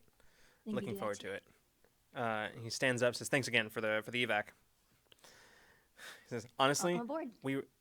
we were about 2 minutes from just jumping and seeing what happened." Glad we got there in time. Oh, me too. And Zaya almost didn't answer our hails. Jeez. I get you were busy, but like... Yeah. Oh, she probably would have survived the fall. And with her, I probably would have survived it too, but not in as good a condition. It pays to be able to absorb impact. Yeah, well, happy to have you in one piece. Yeah. He says, "Oh, before I forget, you're like us, right?" Yeah, I think so. So you're Us? like us then? Yeah. Yeah. Huh. Says, "Well, Is that where you know Zaya from? Then? no, actually, that's it's a whole other story, but Yeah, not everyone on the ship is, but a significant number. good to know." Now with 2 additions, so hey. All right. Well, I'm going to go and make sure Zaya actually gets those stitches eventually. Yes, please. I will say, like, there are a non-zero number of her scars that came because she just forgot to get them stitched up in time. Yeah, that checks out. Can she feel them? Oh, yeah, she can, but the impact is a little bit... She usually feels them after the fact because the impact is, deadened a little bit by her ability, so... Anyway, gonna make sure that happens. Yeah, med bay's 1 floor down. Thanks. You can't miss it. And he exits the cockpit. Huh. I really want to know what he does. I want to know what he can do I really know. bad. I was about to say, is it? It's probably rude to ask, right? I don't know. Is it? I don't know. It rude to ask. I think I could probably figure out a way to ask it nicely, but I think that is it wrong to take bets on what we think that it might be? Okay, maybe that one is probably rude. Alma But says, like, what I do can we get a read think? on him. Alma just sort of like leans forward and says, "Depends on how much you're talking." Oh! Alma, I really like your attitude here. I mean, given that my credits are currently frozen in an account that I cannot use. Dishes for a week? Okay. Okay, you're on. It's a big bet. We're about to have a very large meal tonight. Oh God, yeah, I forgot about that. Yeah, I didn't really want to ask. I don't really know. My only marker for how to interact with other people like us is like us, and we already know what we can do. So I really wanted to ask, but Alma says, maybe Zaya will tell me. I bet it's something. My bet is that it's something. It's not over the top spectacular. I'm guessing. Maybe he is. Maybe he can turn invisible. That's my bet. That would be a good one. Mm-hmm. I mean, Wish I could turn he works undercover, and I mean, oh you know how useful that would be. See, I was also thinking corporate espionage, but I was thinking more like I was thinking that he could change his appearance at will. That's pretty cool too. All right. I see where you're going with that. Okay. And if we're both wrong, then then Dish's schedule goes back to normal. that's not as fun. Yeah. Then you both do dishes? I don't know what side of why you are looking for a punishment here, but If we're both, there's no stakes. It's not a bet. yeah. I mean, that's fair. Okay, if we both are wrong, whoever's closest will be determined by Bina. Oh boy, what would the mark of being close? Even both of you. I don't know. You're the arbiter of this bet. Both of your options are very close in my mind. I wouldn't even know. I bet we could ask Sedona. Maybe Sedona would know. wait, why would Sedona know? Oh, have we not talked about Yeah, this? why? Oh, if we haven't talked about this, then Pina would not have said that. I don't know. Pina might have said that. That's fair. You know what? You're right, actually. Oh, she tries to. Peter goes, oh. Tell you what, I figured it out. If we're both wrong, whoever's closest gets to determine the consequence. Stakes? Oh, unknown stakes. That's spooky. I like that. Okay. All right.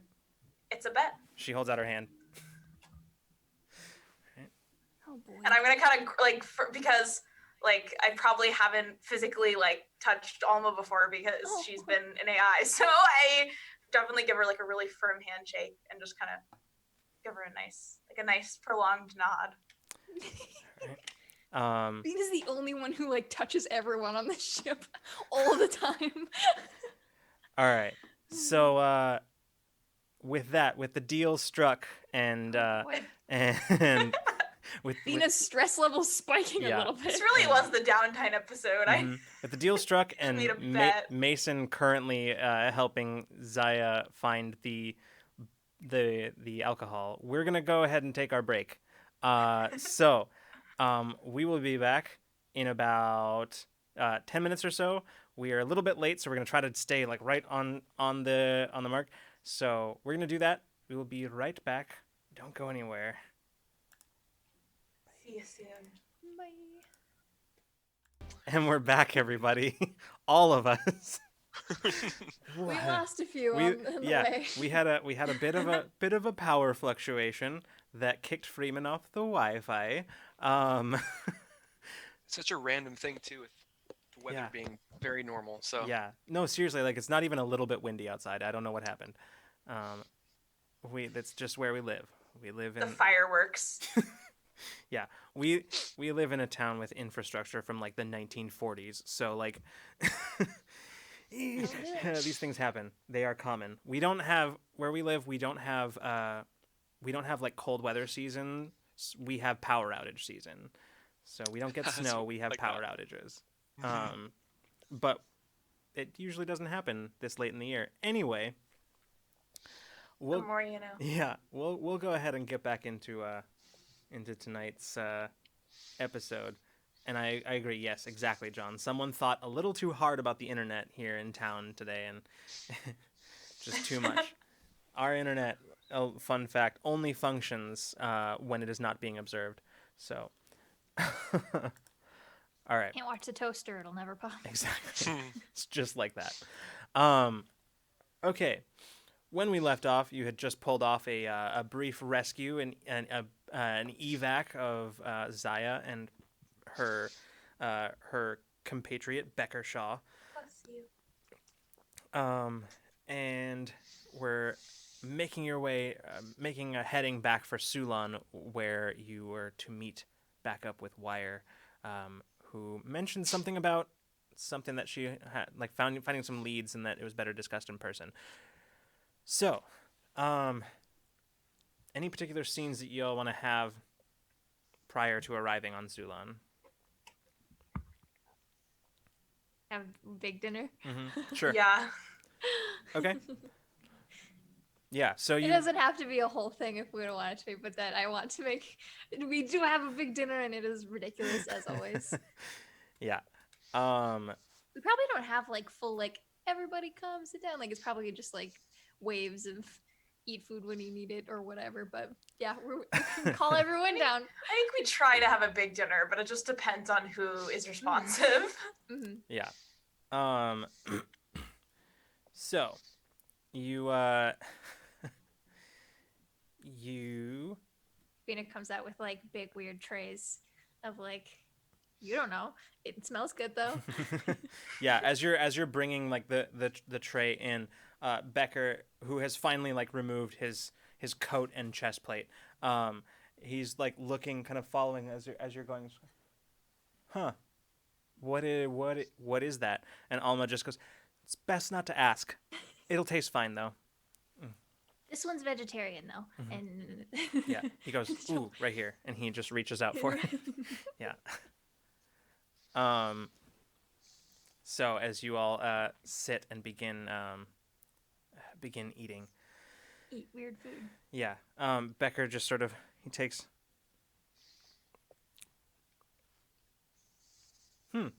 It's good. I don't know what it is still, but it's good. And Zaya. I just love picturing Beanie eating because she has 4 hands. Like, I just love that, like, she can hold it, like, close. So you don't have to, like, bend, but, like, she can just, like, hold it up here and then use her other 2 hands to eat. I think that's so funny. Every time I picture Beanie eating, it's hysterical to me. Yeah. Yes. Sorry, continue. So he starts, like, taking extra helpings, just sort of ladling it onto his plate, and just sort of leans back and just starts eating. Zaya is just kind of casually leaning in her chair, finally having gotten stitched. She looks at him and says, "So, what have you all been up to since last time I saw you?" Ooh. What haven't we been up to, Zaya? That might be the better question. We made a lot of friends. Yeah, I gestured to all the people in here that she has never met or seen. She's looking around. She's like, "Yeah, crew's a little bigger than I remember." Yeah. We pulled a heist. Nice. Interfered with the Duraga gang, so that was fun and a thing that I never knew would be on my resume of life. But those guys are bad news. I'm impressed. Mm-hmm. We helped Revolution a little bit. Oh yeah, we got them a foothold. I hope they're doing it. We should check in with them. She looks. Oh yeah, I would assume that Peach calls like once a week. Yeah. When, like, yeah. Just yeah. She looks over at Mason. She says, "They're fucking with me, right? Like that. They're fucking with me." Are you mad we didn't call you first? Like a little bit, but mostly I'm just impressed. We did think of you often and fondly, and how much fun you would have had. But Yeah. you were busy. Oh yeah. Yeah. We fought someone who Oh my god. was a superpowered corporate goon of some kind. Really? Huh. Or a success story of what we were supposed to be was my guess. The two of them exchange a glance, and she looks back. I'm gonna pull up the footage that I pulled that- before of the. Does that sound familiar to you? Well, Becker just sort of leans back and just sort of rubs his beard, and he just says, "I mean, not."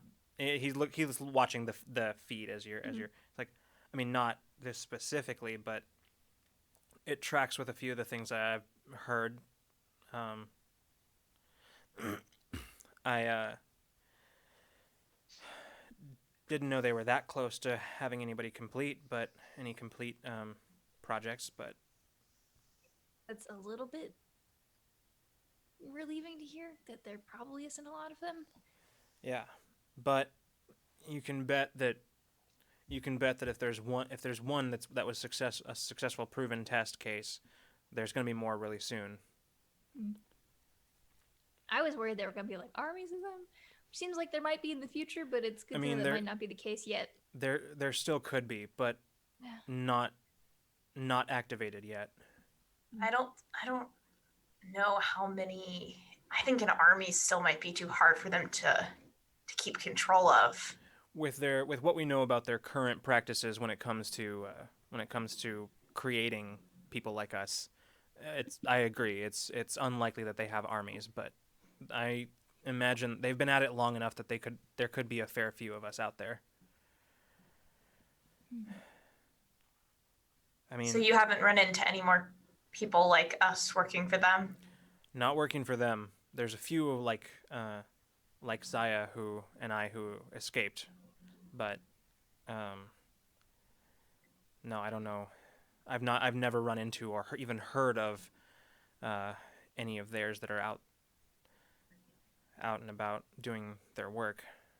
Well, now we know there's at least a mimic. A what? Mimic? Huh. Copy us. All of your abilities? Mm-hmm.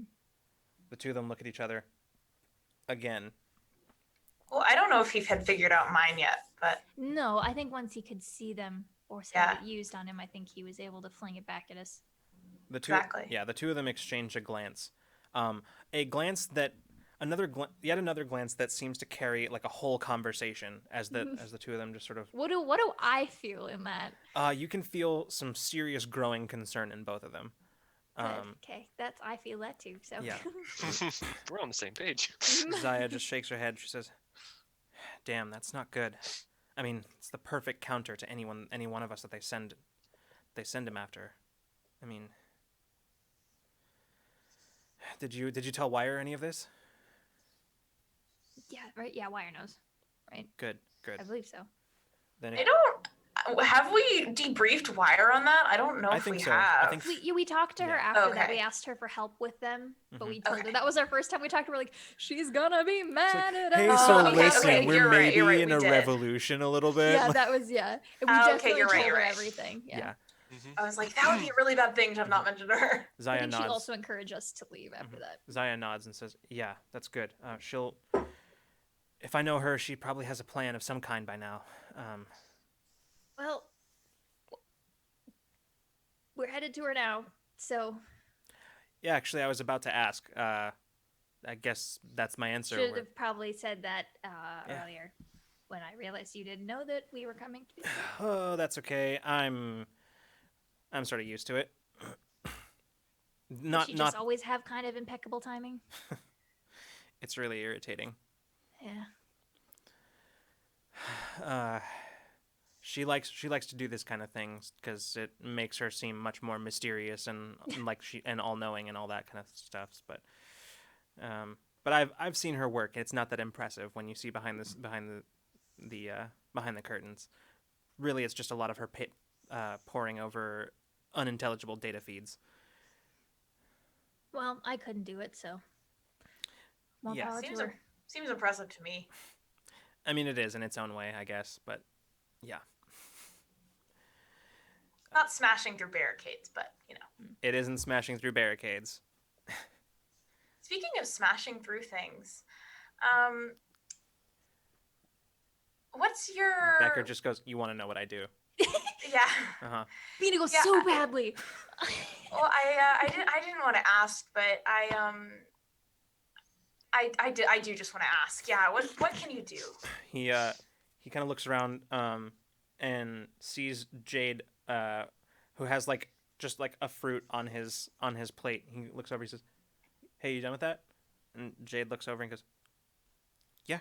He hands it over and he takes the fruit and just sort of kind of tosses it up into the air, and then with the other hand you watch as his hand starts glowing sort of this magenta color, and up above the fruit, like as it's going through the air, there's just this small, probably about this big around, this small, like, there's really no other word for it, just like a portal basically, and you watch as he does that, then from like the wall another one appears and the fruit goes through and then comes out the other one and lands back on Jade's plate.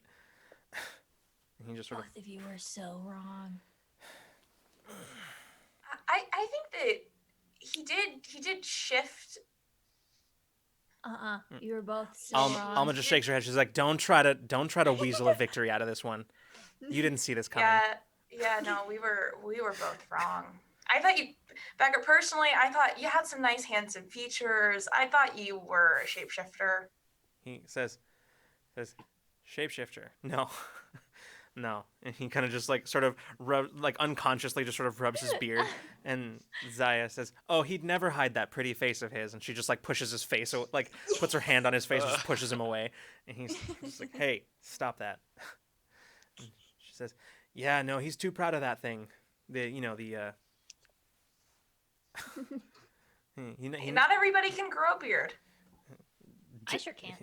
Jade goes, I "Me can't neither." grow any hair. Jade says, "Me neither." Not yet. And Zaya says, "Yeah."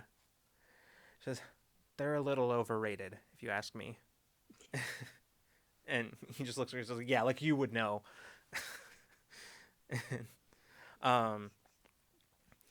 So anyway, yeah, that's my thing. Comes in handy every once in a while, especially if I need to get out of a room I'm not supposed to be in without being seen, Oh. or get into a room I'm not supposed to be in. I didn't even think about what. Yeah, all I was thinking about was using it to throw fruit around. That's pretty cool. Can you make them? How big can you make them? Biggest I've ever made was I don't know, how big was that one back on Orium 3?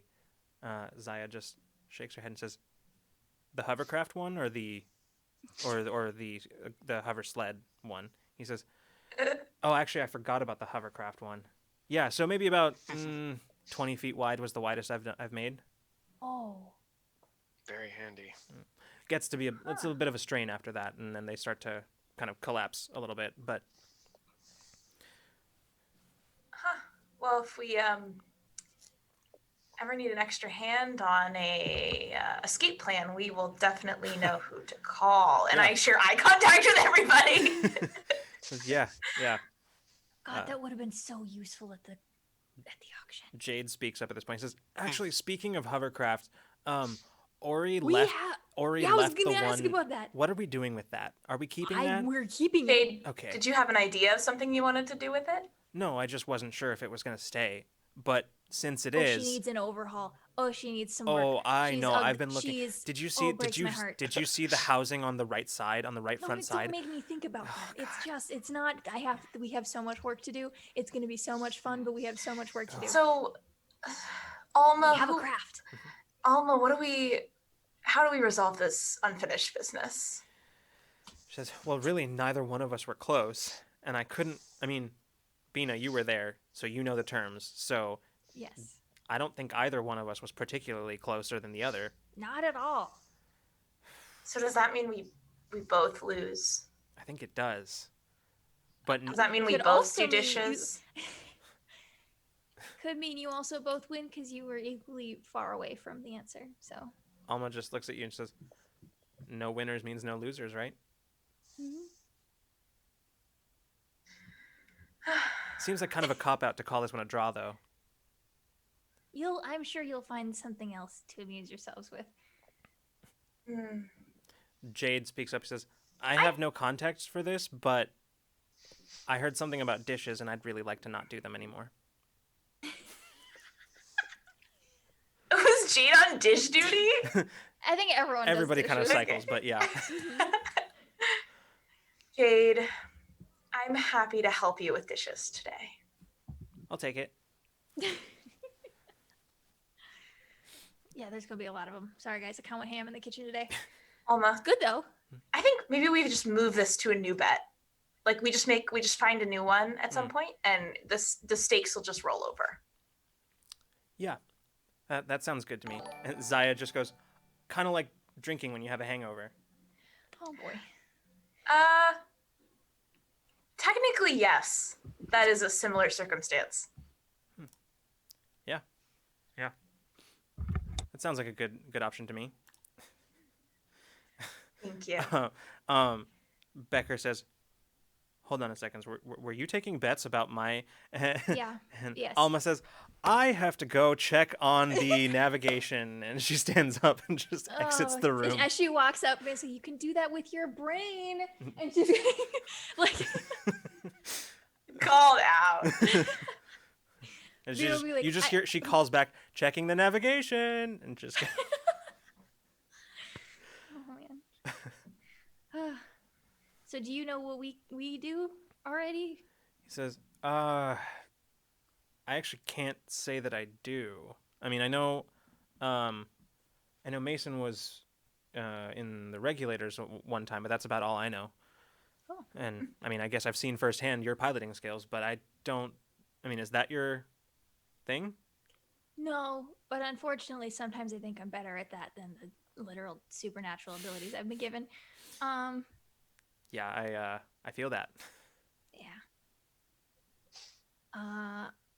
Well, you told us yours, so I mean, we can share ours. I am, like, you familiar with the Orsai natural gifts? Sure.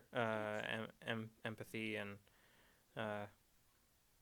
is there more? I mean, She's gonna glow a little bit, just like to the standard, like the level that's bioluminescent. Her little Right. like cheek. Go, "Hmm." oh, okay. Right. Yeah, So- yeah. All of that, but like push it to 100. Maybe not 100. So you're kind of like a super Orzai. Mm-hmm.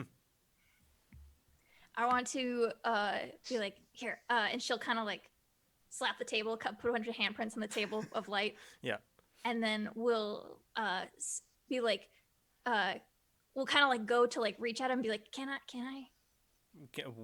Sure. Yeah. Show you? Yeah. Okay. And she's gonna make him feel, let's see, just like boisterous joy for like 3 seconds, and then we'll Yeah. like bring it back. You can see his expression changes. He just gets this wide, toothy grin on his face. Just whoa, that was, whew. Okay, yeah, Yep. that's different. And a couple of other things, but like mostly it's that.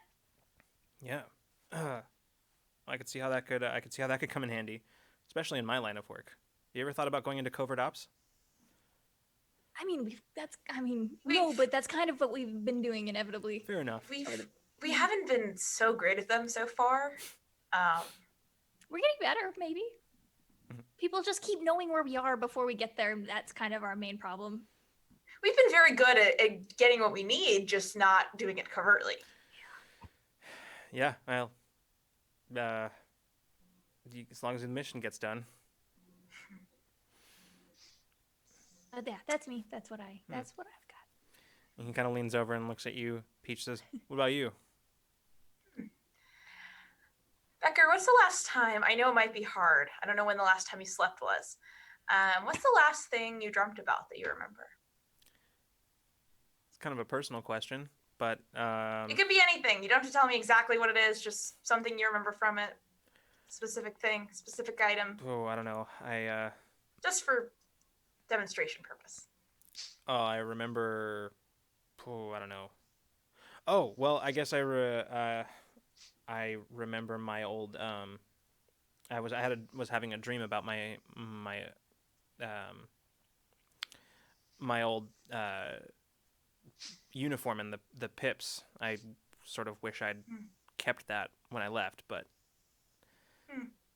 I'm gonna kind of look down at the table, like next to where his plate of food is, and just kind of laying on the table is the old uniform. Mm-hmm. He looks down and says, "What?"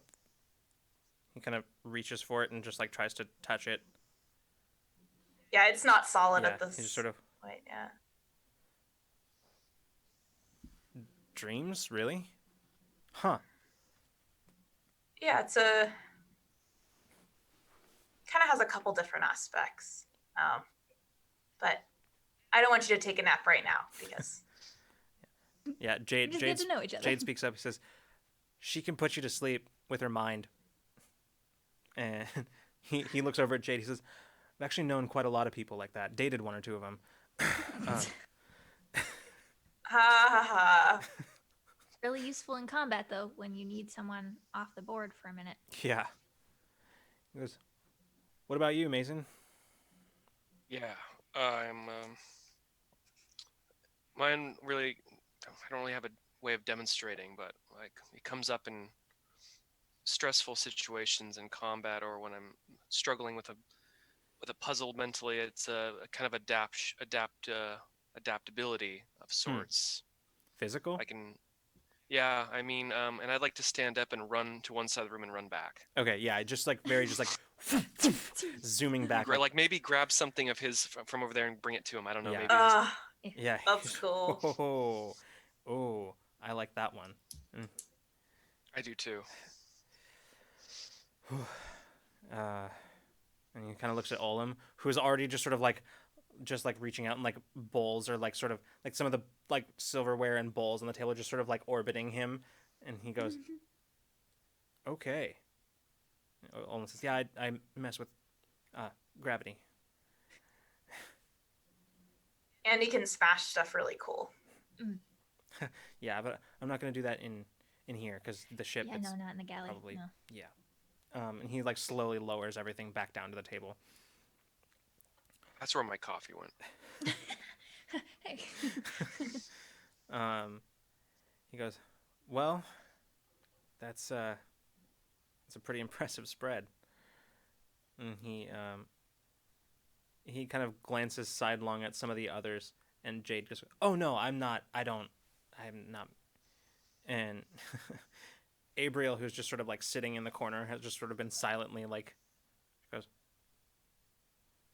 "I'm super charming," and just keeps eating.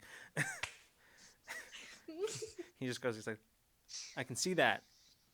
She's our comedian on the ship. Every ship needs one, I guess. And Jade just speaks up and says, "So what were you doing? I mean, is that okay to ask?" And he goes, yeah. I mean, we're all on the same side here. We were, well, Zaya was coming to help me out. She hadn't heard from me in a couple. We keep in regular contact, especially when I go undercover. We have ways that we can maintain covert communications, and I'd missed a couple check-ins, and I was mostly. My job was to go in. I actually work for one of the resistance cells, and a bunch of us like Wire and Zaya, who actively work against the corpse, trying to undermine their hold on the galaxy. But I was stationed with High Prime, tried to infiltrate their facility to mostly investigating some connection between some of their more recent terraforming and mining ops that didn't really make sense, and I suspected that they were connected with Silverbreak's interest in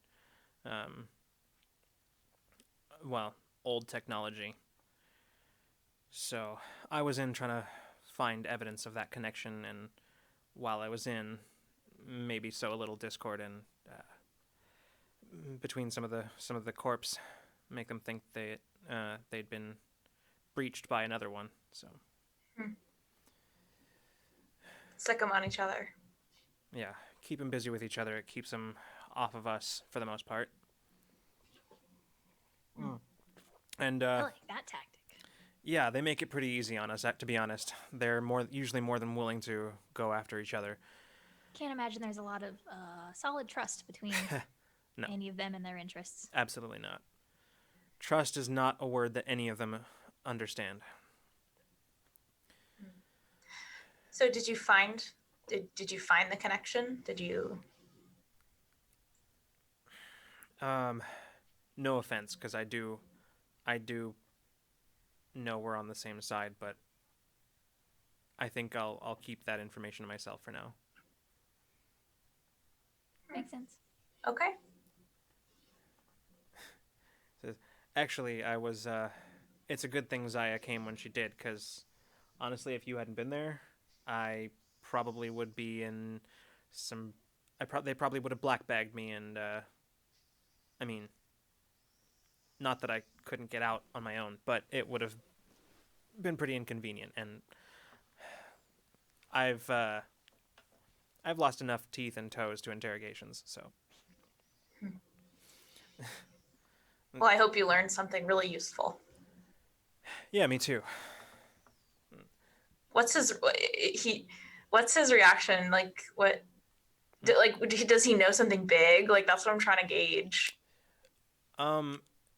It's pretty difficult to tell. If you want, you can try to roll for it. Sure, Okay. I'd love to. Yeah. I haven't rolled tonight. Yeah, this will be weeks. I know. This will be an intellect roll. Okay, that's good. I like that. Yeah, difficulty on this one's going to be 5. I have to know she's making the check to give encouragement, right? Yeah, I can't so. just passively. Okay, cool. Okay, so.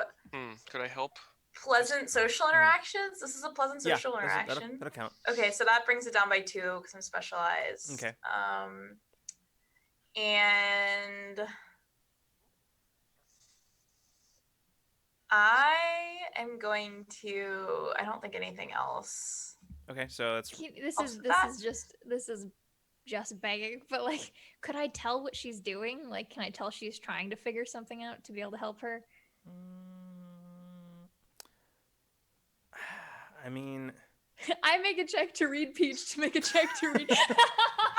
Double the layers. I also make a check to read Bina to see if Bina's reading. Check to read. And Henry's at home making a check to read Mason's. Yeah. You can say no. It's fine. I'm just. Yeah, no, I don't Yeah, think so. I can just Needle. spend. I have Okay. some. Okay, that's fine. I can just spend. We haven't done anything Sure. yet, so. It's up to you. Or wait, I can just use some effort. Mm-hmm. Yeah. Effort. I'm gonna spend 2 levels of effort. Okay. So it brings it down to a difficulty 1. Yeah. So And I'll just roll. I don't want to make it to 0. I want to Yeah. roll. okay. All right. 0. Yeah. So 3 or better. That's what you're looking for here. 7. Okay. Nice. Just sort of going. He is very good, and in somebody in his line of work, he'd have to be at carefully masking his expressions. And but you gather that maybe in this company he has maybe just slightly allowed himself to relax just a little bit, because the impression that you get just sort of from a few facial tics that he has as he's speaking, it seems like he thinks he might have something, but he's not sure what he has.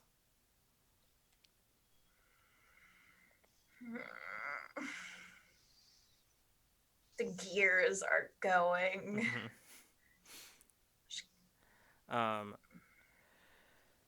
Zaya just sort of leans back at this point and stretches and just says, "Oh, can we not talk business? I never like talking business after a gunfight. Not even on a full stomach. Oh, especially not on a full stomach." Says, Bina does a mental bed count in her head. yeah. So, in total, I think we came up with there are 8 bunks. Plus the secret bed. So which we is have also like a off couch. Oh yeah, no, Yeah, there's absolutely that. Yeah, there is. We have a lot of decorative pillows, so can make a comfy true. couch. Yeah. Yeah, I know. Like, I imagine it'd be easy enough to, like, you could easily say with some of the supplies that you found or that you bought, you could have like bought like one of those like fold away mattress type things, right? Like easy air enough. mattress, Yeah. just like. Easy. There's one of those things that it like pulls out of the wall and like flip like it's like this way and then flips down and there's like a bed there that we can just kind of pull out in weird areas. Yeah, sort of like very RV style, kind of like. Yes. Yeah. Easy enough to do. All right. So, given that, unless there are any other particular scenes that y'all want to have prior to arriving. I want to help Jade with dishes. Okay. Okay. Sounds good. Does he have butt cut flashbacks? Hashtag Being butt cornered cut. in the kitchen. Yeah. Hashtag butt cut. No, I'm just gonna help him do dishes, and if he seems like he wants to talk about anything, I'll let him. But if not, we'll just kind of. Yeah. No. Make Mostly some like small mostly just chit chatting and just sort of. All right. So the next day of travel passes pretty uneventfully. With possibly just Jade and Bina starting to take a look at the hovercraft that Ori left. Starting to. I need everyone to know I've been thinking about this hovercraft for 2 weeks. Yeah. I've been obsessed with this that I wasn't 100% sure, but I was like, I'm pretty sure they left this craft on our ship, and I've been. Oh my god, I'm so excited. Yeah, it's easy, and it's easy enough to like use some of the cargoes, like cargo hooks, to basically like keep it in place, keep it strapped. It's the cargo hooks in the hold are basically, and in most ships with a cargo hold, are designed to hold a variety of things, including small terrestrial vehicles and stuff like that. They're designed to do that kind of thing, so it's easy enough to get it fitted and secured. And this is a land vehicle, or is this like a shuttle outside of the? No, I mean it is sort of like closed. It is enclosed. Yes. But yes, it is primarily a land vehicle. Ori, as you might recall, mentioned that it was designed to operate in like in environments that are somewhat hostile. Yes, that's right. But the environmental seals were a little on the sketchy side. So yeah. So yeah, it is enclosed, and it is primarily intent. Like, you won't get a whole lot of altitude out of it. Okay, yeah, no, Bina is full itchy fingers on this thing because she has not had a land vehicle to work on that she just gets to manhandle in months now. Are we at like Yeah, multiple definitely, months? Yeah, definitely. it's been a while, and she's so delighted by this. Yeah, this one, this turn of events. this model is probably like at most by default. At most, you can probably get like maybe about, I'd say comfortably about. Well, comfortably no. At the utmost extreme, you could push it to about 300 feet off the ground, but like, Oh, okay, dang, yeah. yeah, it's more than likely, especially with one in the condition that it's currently in, you'd get it to that height and then it would stall out and then you'd drop. Delightful. So yeah, it's a bit of a project car situation happening here. Oh yes, this is so. See the thing, ships were Bina's like trade, Mhm. like by her career is in like spaceships, but like land vehicles are like her hobby, like Mhm. her sparks joy hobby. Yeah. So this has been very fun for her. Yeah. And actually, if you recall, Jade, that's sort of Jade's background in mechanics as well. Like that's, yeah, and yeah. Oh, these two, this is gonna be their bonding activity. Uh-huh. As if like everything they do isn't like the thing they have in I common. know. This Yeah. is like They're gonna go out and work on the hovercraft. I think Are Bina you makes winning, note- son? Like, Are you winning, I know. son? Yeah. I'll bring them lemonade. I'll bring you guys lemonade and like be the person who pretends, but like, you know, like do you need anything? Do you need snacks? I made snacks. Do you need me to hold something? I can't help at all, but I think Bina does make note of the fact that this is something Jade did with his dad, Mhm. and I believe she knows that, Mhm. like that he's said that that's what. So I think that is something she's not. There's nothing she's going to actively do about it, but just like is keeping in mind that this might be something that will either be very positive for him or could be very melancholic. Yeah, he, for the most part, because mostly what you have time to do in the time that you're transporting is just sort of strategizing. Look at it. That's pretty much Yeah. like that's what you've got the time to do.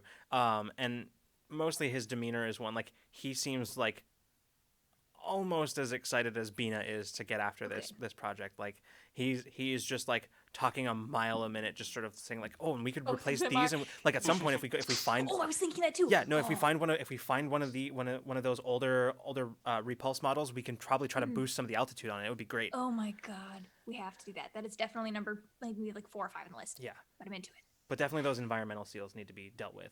First, Yeah, yes. number one. First. Anyway, so yeah, that's pretty much passing your time that way. With the professor, most of his time, most of his waking hours spent in the secret room, like door open, just sort of staring at the thing, occasionally noting down some observations and whatnot. Can we get that man like a makeshift desk or something in there, like Yeah. trying to bunk it, Oh, like there put like is. a I tabletop think- on the bed, like I think there is like Oh, a, okay. yeah.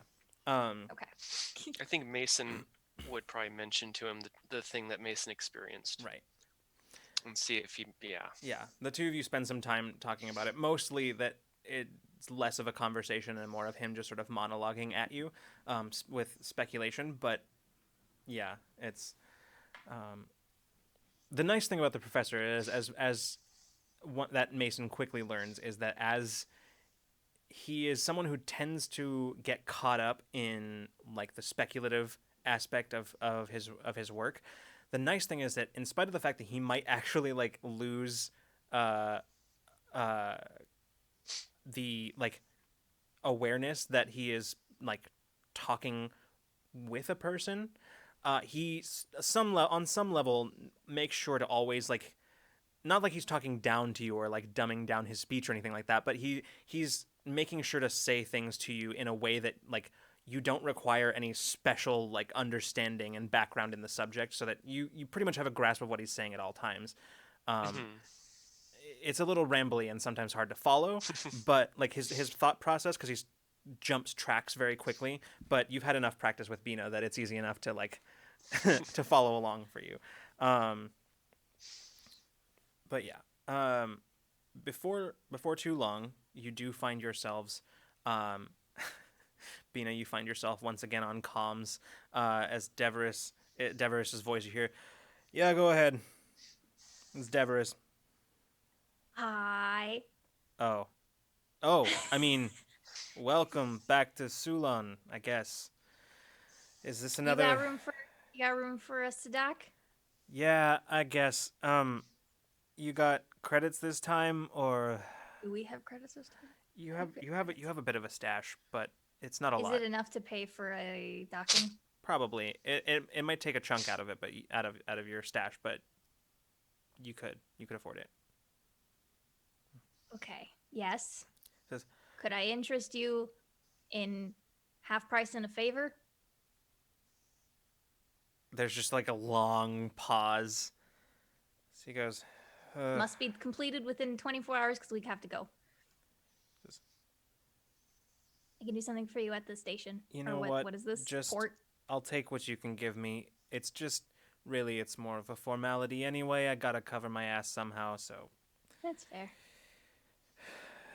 All right. Yeah, I'll send you coordinates. Thanks, buddy. You got it. I was gonna ask. I didn't know if we were going to that one again or if we're like, Yeah. I was wondering too. because we have registration now, but like, Mhm. He sounded nice. Yeah. oh, you've met Devris. Yeah, but he sounded like he was very happy to see you. Oh, always.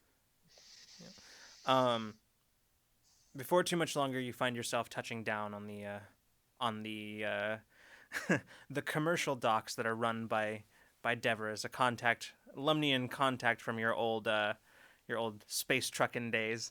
Um, he does not come out to meet you this time. He just sort of like you can see him through the windows of like of his office as he just sort of like waves to you and just goes back to what he's doing. He's like clearly on a call with somebody, um, just that kind of like pen in hand kind of wave, like the Yeah. like, Is it like the amount that I would take out of our full exchange? Would it be like 3/4 of what we've got, or is it more like? no, not quite that much. I would Okay. say it's I'm just worried we don't have any way of getting Yeah. funds right. ever. No, I'd say it probably takes maybe about maybe 20% of what you've got left. Oh, okay. Yeah, it's a Next episode, we all work part-time jobs. yeah, it's a big chunk, but it's not gonna break the bank or anything like that. I present it to the party, be like, I feel he's being cool. Should we just pay full price? I don't see why not. Okay. Yeah. I feel like we should be cautious with our spending, but if the party is fine with it, then Bina will transfer the full docking price Okay. to. I mean, we want to keep him happy so he does not report us to anyone. So Hey, I did promise him a tour of the ship last time we were here. But... As you finish touching down, you see like Alma looks up from the co-pilot's display. She says, "All right, we're touched down. Docking clamps are secured." Cool. So what's the sitch here? Who's coming with us? Who's sticking behind? Alma just says, "I mean, I guess I didn't think about it, but Do you want to come? is it okay? Is that Yeah. Can I?"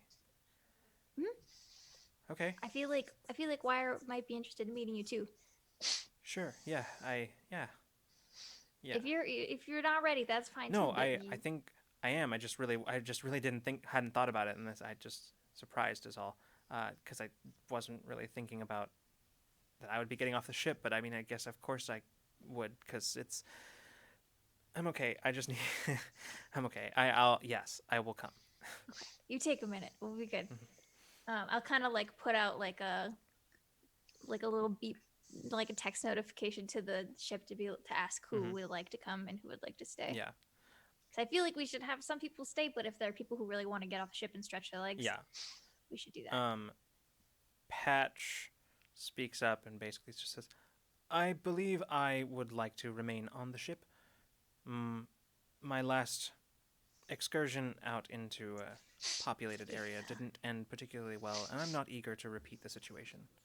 Well, if you did want to come out and that's what's holding you back, you would have us with you this time. But if you'd like Yes, to stay, that's fine. That is true. I will take that into consideration. We can do a walk around later. You could hang out for now, and then we could do something.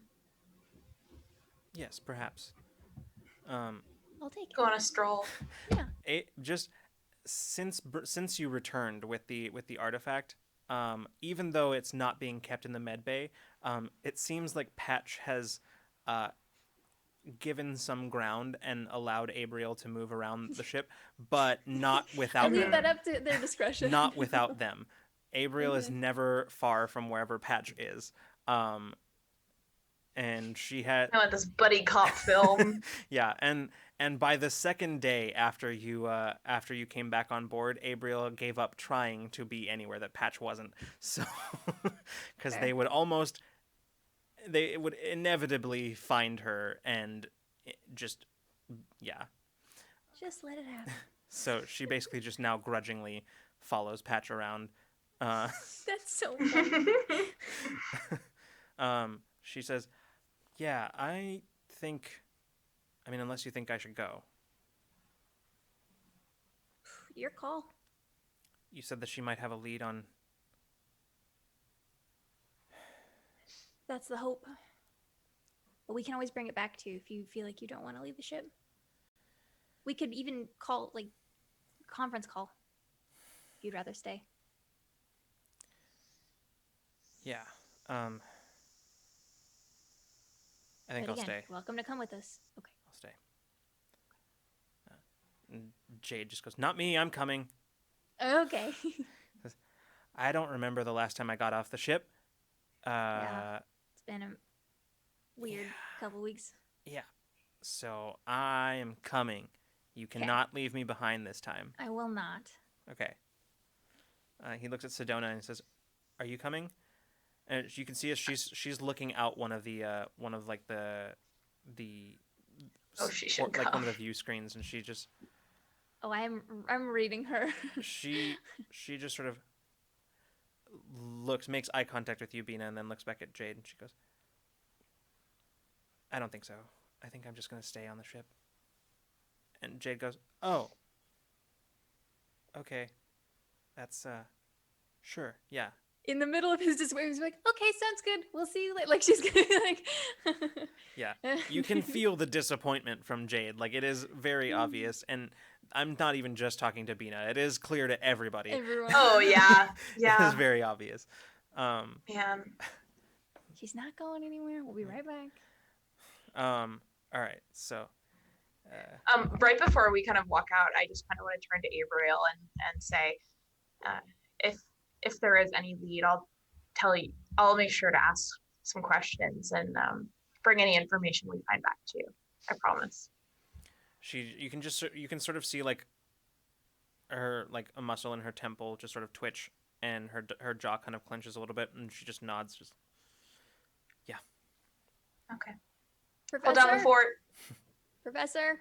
He says, "Yes, I'm here. Coming? Sorry." And he Or are you like staying? sort of like stuffing things into his bags. Says, "No, I actually think I'd quite like to come along, and maybe the things that I have just found so far would be of interest or of use to Wire." Okay, so last time we were here, we got ambushed. So everybody, please cover your face. Yeah, Olin just sort of activates his distortion field. And then he just sort of stops and says, Scarf. he deactivates it, and I says, "I might stay here and just keep an eye on the artifact." Sounds good. Don't look at it Shouldn't too we long. Time flies oddly when you're around it. It stares back. It's really rude. You guys are so weird, and she's gonna press the button to get open the. Yeah, Zaya and Becker are already like they're still back once again in their like trench coat get-ups, as the loading ramp descends. You make your way out into Jason kind of turn to Zai and be like, "So do you know like a kind of good roundabout way to get there that's not gonna get us seen? Because last time was not ideal." If I recall, last time you stopped for a picnic in the middle of the square, so... Yeah, we didn't know that people thought we were terrorists at the time, so forgive us for being hungry. Yeah, well, I think as long as we move quickly and we don't stop for too long until we get there, we should be okay. Okay. Lead the way. All right, she starts kind of moving her way, like leading you out into like the more crowded area of town, away from the sort of more industrial part of the city inside the hollowed out asteroid. Um, it takes you probably about it takes you longer than you remember it taking last time, partly because you're not running this time, and partly because you start to suspect after a while that Zaya is intentionally taking a roundabout way of getting there. But it's probably about an hour later or so that you finally arrive at. I'm keeping kind of feelings out for on Jade and on Alma, because last time Jade was here, it was a little bit directly after a very traumatic experience. And also, this is Alma's first time leaving the ship to her knowledge. Yeah. So I just want to. So how are we doing? Jade is doing great. He's like Good, delighted, okay. just looking around. He's Okay. kind of having like like a sort of small duffel bag, sort of like over his shoulder, as he's just sort of looking around and He's just prepared. yeah, just sort of like looking at everything, just kind of wide eyed. A few passerby take note of that and just sort of smile, like knowingly at I was like, first time in the big city, kid. Yeah. Alma, on the other hand, For everyone's reference, this is the city inside the asteroid where everything kind of like it's cool as hell. Yeah. It's very cool. Alma, on the other hand, is a little bit more tentative. She is. You can see that the moment she steps out of Awakener, she sort of immediately starts hesitating, and you can feel just sort of low level kind of like not quite panic, but it's there. It's a little bit there. She just sort of looks around. You can see her kind of swaying in place a little bit. She kind of like reaches out and puts her hand on your shoulder. Yeah, Bina would stay close for sure. Yeah, and she just sort of looks at you and nods. And then it takes a minute to get her moving, but she eventually does. She does not look up as you're walking. She's like she has her eyes firmly fixed on the ground. I think Bina will not, in the way that she does not not in the way that she like makes someone feel something, but does the thing where she's like, she will exude her own calm and just kind of like give herself a little bit of an aura and hope that if she would like to, she can latch onto that. Yeah, you can feel Alma almost like latching onto that and sort of trying to like envelop herself in it. If she's fully grasping at it, then Bina will just like give like calm. Yeah, she calms down a little bit and is eventually able to move a little faster, given that she like is able to kind of like look up periodically and like look around. But in the more crowded areas, she goes right back to just sort of like looking directly down in front of her. Yeah, Bina will like keep like her shoulder like directly in front of her, like so that she can has someone to lead her while she's not looking up, but also just like a presence in front of her. Yeah. Proceeding to walk, Becker is kind of walking in step with Mason, just sort of both of them very, it's almost comedic, as both of them have the same kind of swivel happening. They've both got the same sort of like looking around. They fall into step with each other perfectly. Yeah. Yeah. And after a minute, the two of you, like the two of you actually aren't noticing that each other is doing this until you like make eye contact doing it, and just sort of like just the Spider-Man meme like this. And no, he chuckles. I want to see that. Yeah, he chuckles as you're walking. He just says, when you work for military intelligence, some habits are hard to break. They never go away. No, saved my life a few times though. I will say that. Says, there's some perks to working in intelligence. Yeah. Investigative branch myself. Yeah, you kind of regulators. I kind of figured it was something like that. And Zaya says, "Yeah, you used to work in intelligence," and she just sort of smirking at him, and she looks over at her and just says, "You're not funny." Did you get in trouble too? He says, "No, I retired." Says, I did my stint and got out. I think when Zaya says her thing, I think Bina snorts and says, I mean, you said every crew needs a comedian. And like... You all make your way eventually to the familiar looking abandoned apartment building. And as you step inside, making your way back downstairs to sort of the maintenance level where there's all these like boilers and pipes and whatnot that go throughout the building, Cool room. Zaya once again finds the appropriate valves and whatnot and starts like turning them. And before long, you see the panel of the wall just sort of like displace and then shift slowly aside. And Zaya says, "After you." I go. Yeah. She waits for all of you to filter through in front of her and then comes up behind you, bringing up the rear, closing the door behind her, and you make your way back down down the stairs into Wire's domain.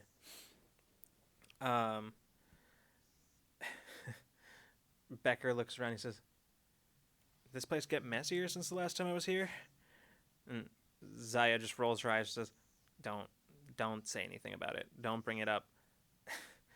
And Wire comes from. You can see for the first time in quite a while in person. You see Wire stepping out from behind her sort of like divide that she has set up.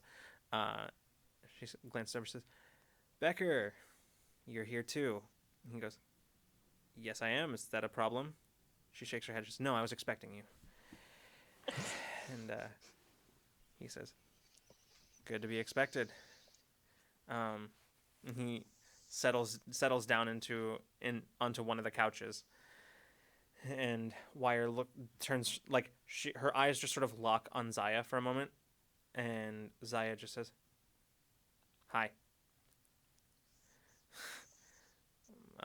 Wire turns and just says, "You okay?"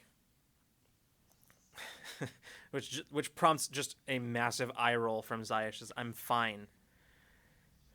And she just sits down and says, "Didn't need to send anybody after me." And at which point Becker just sort of leans forward and just says, "I think what Zaya's trying to say is thank you." And Wire just says, "Oh, I understood what she was trying to say." And she just turns and turns her attention away from Zaya and looks back to all of you. She says, "Welcome back." Good to be back. Good to see you again, Wire. She looks past you, says, "Professor, good to meet you in person." He says, "Oh, yes, of course, you as well. I will admit this is not quite what I was expecting, but it makes sense." And she kind of gives a sort of humorless smirk and just says, "Yeah, I make do." She kind of looks around. Jade's, "Hi, I'm Jade." That's right. We have him with us. I forgot. She smiles at him and says, "Good to meet you. And you must be Alma." And Alma she nods. Says, "Yeah, hi." Says, "Good to meet you in person." You can see like a whole bunch of different reactions playing across Alma's face, but mostly it just turns into her sort of just a very slight like repressed smile, and she says, "You have no idea." What I want to know what series of emotions did she just go through? It was there? mostly like being taken aback and then amusement, and then yeah, mostly just that. Okay, cool. Wire says, "Well, make yourselves at home, such as it is." Oh, here, I'll move that. And she like grabs a whole bunch of like parts off of some of the chairs and just starts setting them aside. She says, I will sit down. She says, "So, you had a run-in with Ellis, is that right?" The most frustrating man in the galaxy, I think. He just likes to show up where he does not belong, where we do not want him. Yeah. That man really likes the sound of his own voice, I think. I would like to hear less of it, though. Yeah, I think the whole galaxy could do with less of his voice.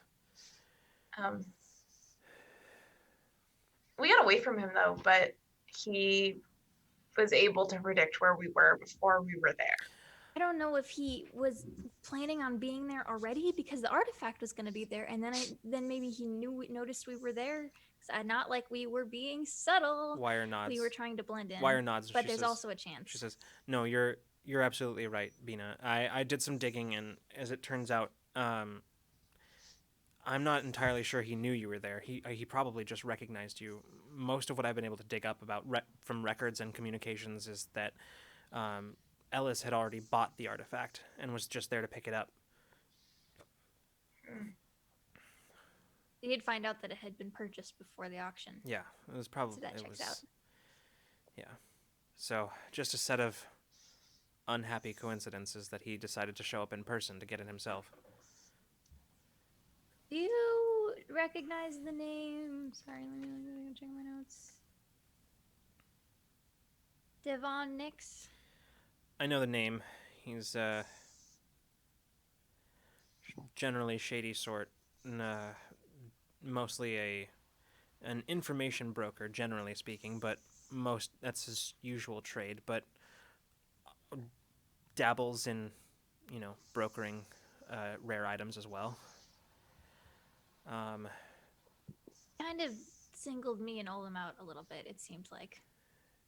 So, he's been I don't know known if he to be recognized us or if it was just passing by and noticed some fresh faces and wanted to heckle us. It's not impossible. He's a known associate of Ellis's. He was talking with him, so I mean, he could have been the one that sold us out. Yeah, he's from everything that I've pulled about his file, he appears to be I mean, it's hard to tell with those people, but he's a relatively high up member in the dealer's court. Got that. Was he the one running the auction?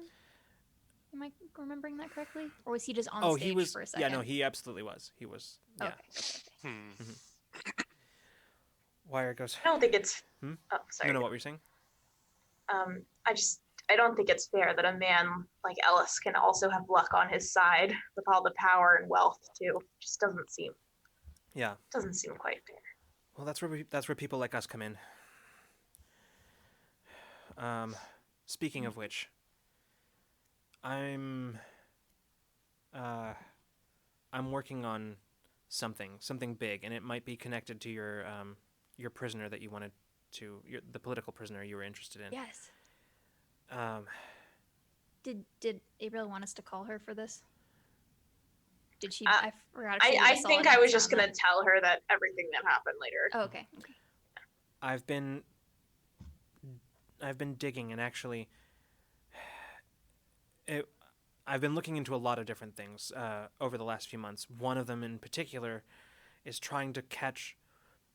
Let me back up.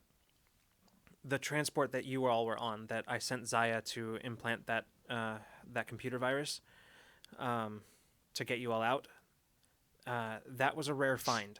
It's the first time that we'd ever encountered a shipment of powered individuals prior to conditioning, or really any other time, that many of them in one place. So since then, in fact, that was our first real confirmation that they were doing it at all. That they were sending people like you around. And ever since then, I've been looking for other instances of that. Last time we just got lucky, and I happened on it. And I think I did it again. This time... You found another ship. I found another ship. And I have your prisoner to thank for that.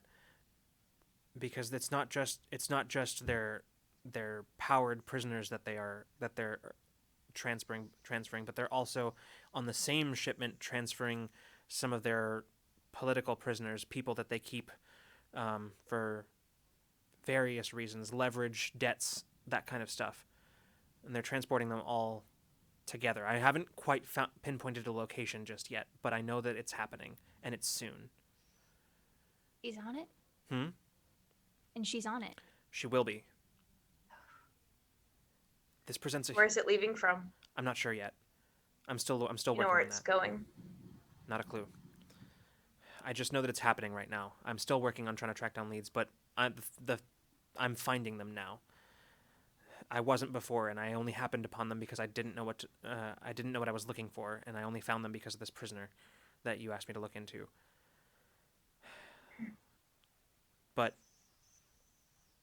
I think this is a huge opportunity for us. This time we have a chance to. We were short-handed last time, and we're short on time. But this time, I think we might have a chance to get them all out.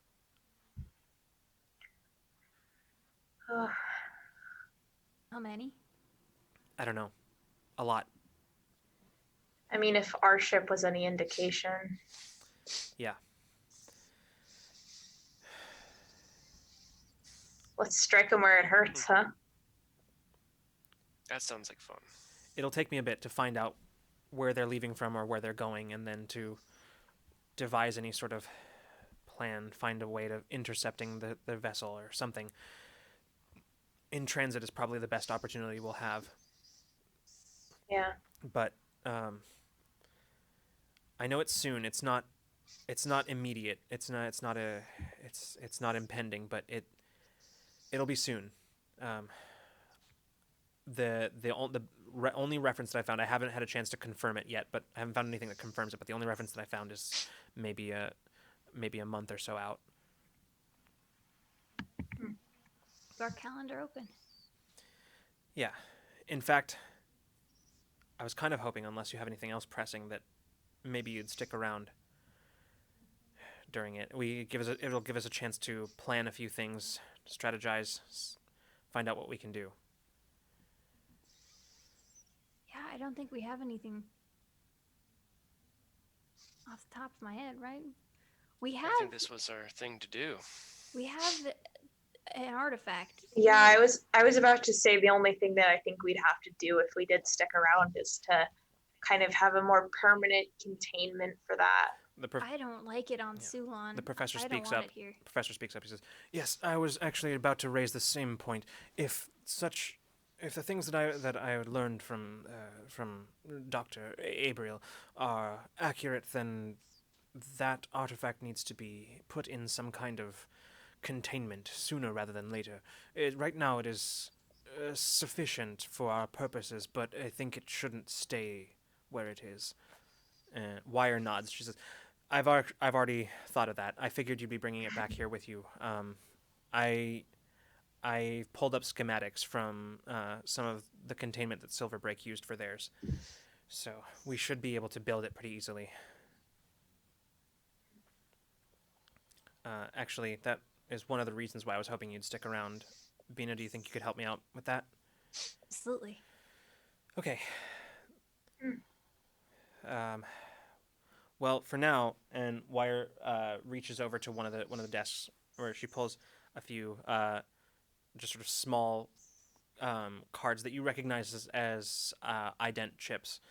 She just starts handing them out to each of you. She says, since you're going to be staying here for a little while, I figured I'd take the liberty of, these will get you around the city, I guess. We have new secret identities? Thank you. Sure, yeah. If you want to put it that way. Mostly this is just a way that you don't have to use yours, and these are mostly for transit around the city, getting through checkpoints, things like that. Great. Is there anywhere on Sulon that is more not so public docking? Because I mean, I'm on the most shadowy side of the moon that I know of, but there could be more that you're aware of. I don't like leaving Awakener in a place that is technically public for a long period of time. I actually do have my own transport that I have in a private dock. They're under the impression that it belongs to a corporate exec, but I can pull some strings. Add you to the roster. Okay. Not that I don't love Deverus's hospitality, but yeah, I will just say that I trust him as far as I can throw him. I'll say this is probably not something we want to make a habit of unless we want to raise suspicion. But for now, at least while you're here right now, we can do that. Okay. Just if we're going to be here for a significant amount of time, I would like us to not be stuck in the same place. Yeah. That makes sense. I have also Speaking of which, there's not really a whole lot of room down here for all of us, all of you, and That was my next question. yeah, if you want, I can. If you'd rather stay on your ship, that's fine. But it might be better to keep you a little closer than that. And I just so happen to have, well, going through a bunch of shell corporations without them knowing. I rented not a hotel, an apartment suite. Should be big enough for all of you, and then some. Oh, there are a lot of and then somes. That was very thoughtful of you, Wire. Thank you. Zaya just sort of snorts. She says, "Always thinking about everything." Wire does not dignify that with a response. Isn't that why we all like her so much, Saya? Oh, to be an empath in a room with these two. Yeah. Vina must be exhausted. Oh, she's like, this is fun for her. This love-hate Yeah. triangle. It's just a series of like varying levels of irritation Yeah. and like calm and resignation and just like a whole bunch of these things that are just sort of like, yeah. Oh, they're fun. For the first time actually since meeting him, Becker appears to be pretty uncomfortable, since he's just sort of like sitting back, like looking back and forth between Wire and Zaya, and just sort of like looking into his cup and just sort of not really contributing to the conversation. If he makes eye contact with Vina at all, she's just like, Yeah, he does at one point, glances up and just sort of looking back and forth, and then notices you and just yeah, they kind of have a silent like, ooh, like, yeah. I mean, because I just am hoping that he becomes aware in that second that, oh, she can feel all of this. Yeah, you kind of get an inclination that he might have that. caught on, and just sort of like makes eye contact and just goes back to yeah. I love it when they're aware of it. That's so funny. Wire then says, in the meantime, while I get that set up, I mean, feel free to hang around here or whatnot. Probably best for now, at least until we get that temporary housing set up, that you not go back and forth between here and your ship too much. Yeah. Actually, there are other ways out of here that aren't the way you came in. So, if necessary, Could it be useful? Yeah. if you absolutely need to, there is a direct line into the sewer system. So, from here. Oh. Good Good. to know. Yeah. Good. Like I said, probably not for use very often. You might raise some No eyebrows. options there. Yeah. But Wouldn't be my first time. Or the last, probably. Wire says, Oh yeah. My friends are so weird. Wire just says, anyway, I'm going to go and get back on that, see if I can track that ship. I've got a bunch of programs running trying to track the origin or destination point of that vessel. Preferably both. Good. It'll be easier if we have both, but one will be enough. Does she seem different from the last time we were here? She seems a little less wary of all of you. Yeah, okay. That's probably what Caitlin is understanding from your intonation, but I just didn't know if like she genuinely was feeling more comfortable with us. So after, and I'll give this to both Peach and Bina, although I think Mason would probably have picked up on this as well. But in the interactions that you have had with Wire, at first, like the first time, it was difficult to know exactly what to make of her. But since then, both over comms and here in person, you're getting the impression that Wire is a very, very focused individual. She is sort of, and even just like a few like side conversations that you might have had in your transit here with either Zaya or Becker, you're getting the impression that Wire is someone who, in this endeavor of sort of undermining the corpse and their hold on the galaxy, Wire approaches it with an almost single-minded dedication. Tunnel vision. Very much so. Very much the tunnel vision thing. Like, actually, at one point, Peach, in sort of just an offhanded comment from Zaya, just when you're both kind of talking about Wire and the situation ahead of you, Zaya, her would have said something along the lines of like, "Yeah, I'm almost not even sure what. I'm almost not sure that she knows how to exist outside of her mission." She it's like that. It's like it keeps her going. I don't know.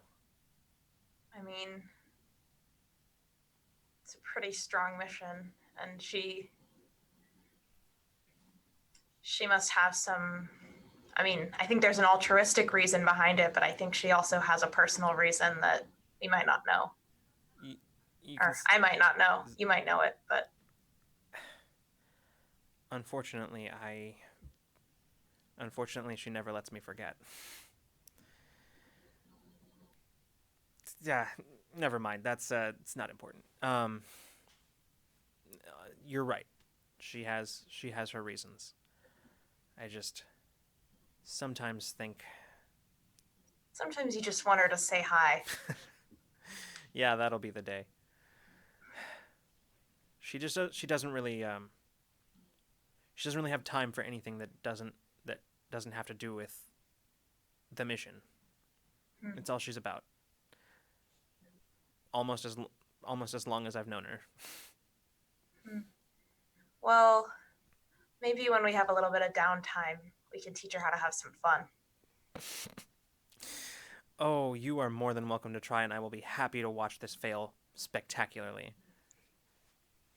I can at least do it for a couple of hours just to give her a taste of it. And I would kind of a mischievous glint in my eye. Zaya looks like she's about to respond, and then just.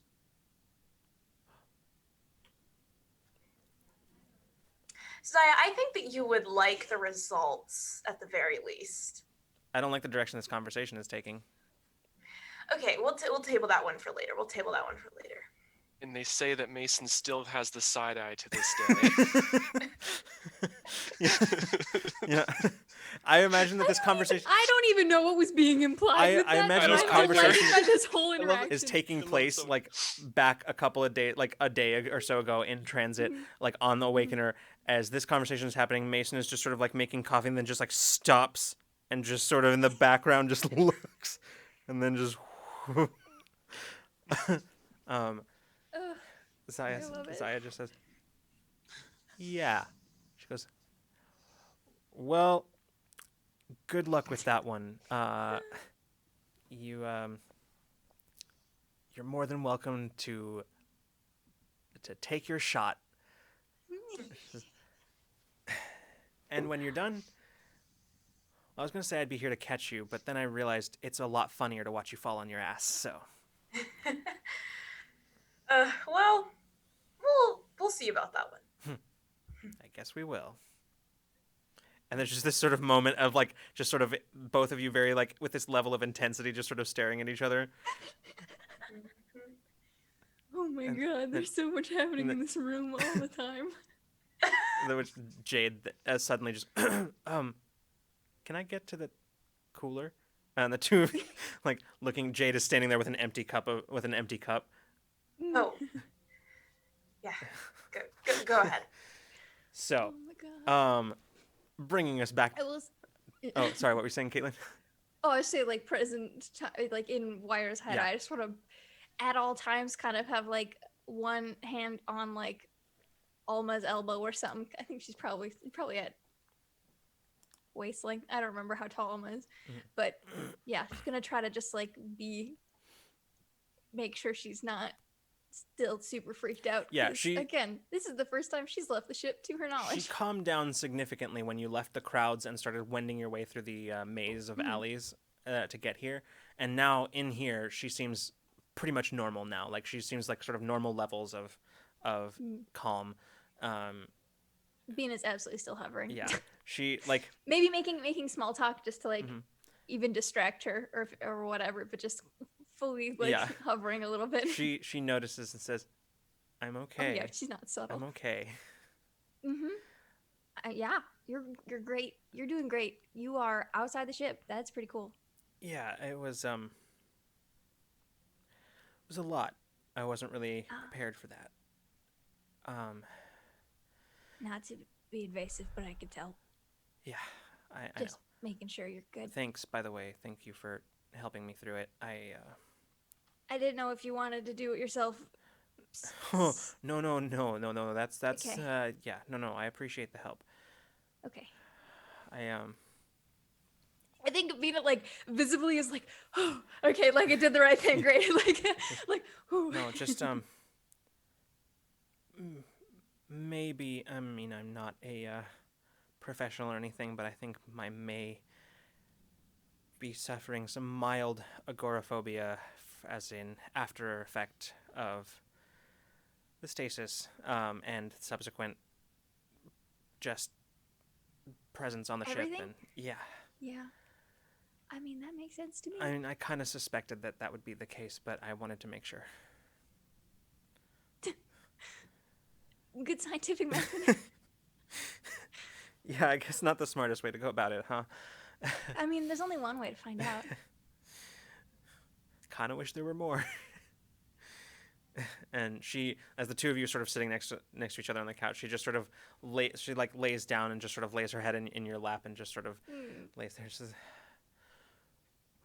Yeah, you're gonna be exhausted. That was kind of a lot of panic for a significant amount of time. I could feel it, even though I was helping. So you might need a nap, buddy. yeah. But it's okay. I think it might be easier the next time, and maybe just Let's practice. Yeah. Practice.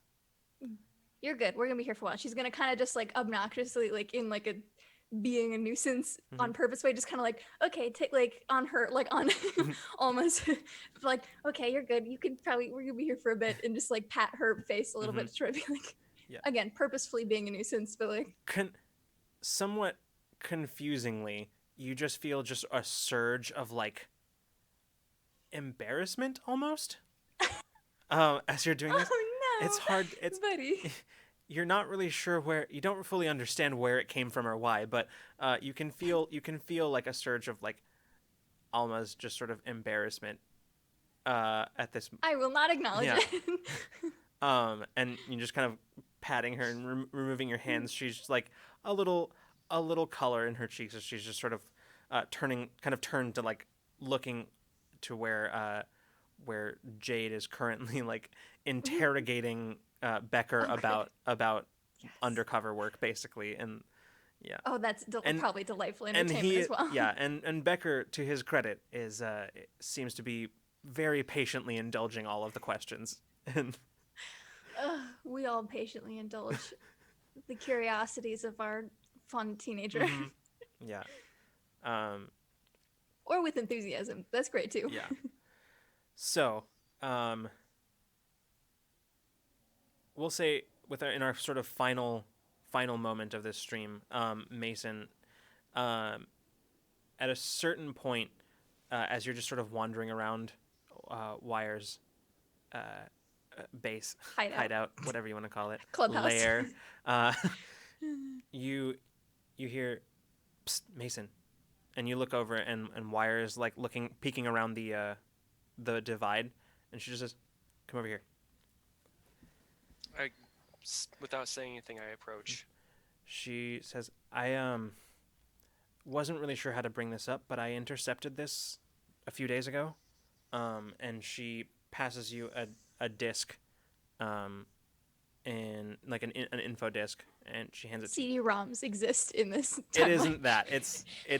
It's a much smaller floppy like disc. yeah. It's a floppy disk. That was the horse that I did not bet on. She hands you a data disk, and she says, "I intercepted a message. It seemed private, so I didn't watch beyond the first couple of seconds, but I think that was meant for you." She reaches over and pulls like one of her data pads and just sort of looks. She says, "So a woman, somebody named Maya." You see, she would probably see the slightest like the moment, a moment where Mason's very not deadpan, Stoic. just like his stoic demeanor, his straight faced, breaks just ever so slightly, and then goes back to his original and says, "Thank you." Yeah. Just figured you'd want to take a look at that. I made sure to scrub location data, so it's, I mean, just in case. I appreciate it. I'll have to look at this. Is it one of those things that can be? Is it something I insert in my little thing here, or like a computer station, or? It can be physically inserted, but this particular type of disk can also like just instantly transfer data like remotely to a terminal if you wish. So I will do. Okay. Mhm. All right. Thank you. She nods and like looks for a moment while she's like struggling to say something, and then just. You don't have to. Yeah, we've all had to make Yeah. sacrifices. Yeah. In this. She Unfortunately, oh, go ahead. this.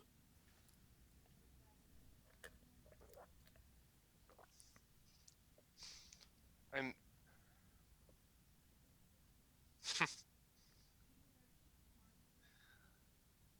Unfortunately, I made a hard choice before I was even here. Yeah. I understand that.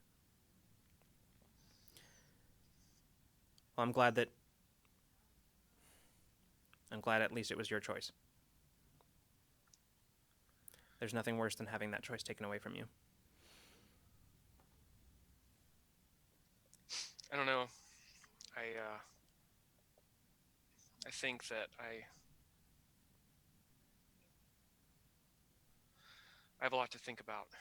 Yeah, take your time. I just figured you should have it. Thank you. She just looks for a moment like she's gonna like try to say something, and then just shakes her head and turns back to her array of screens.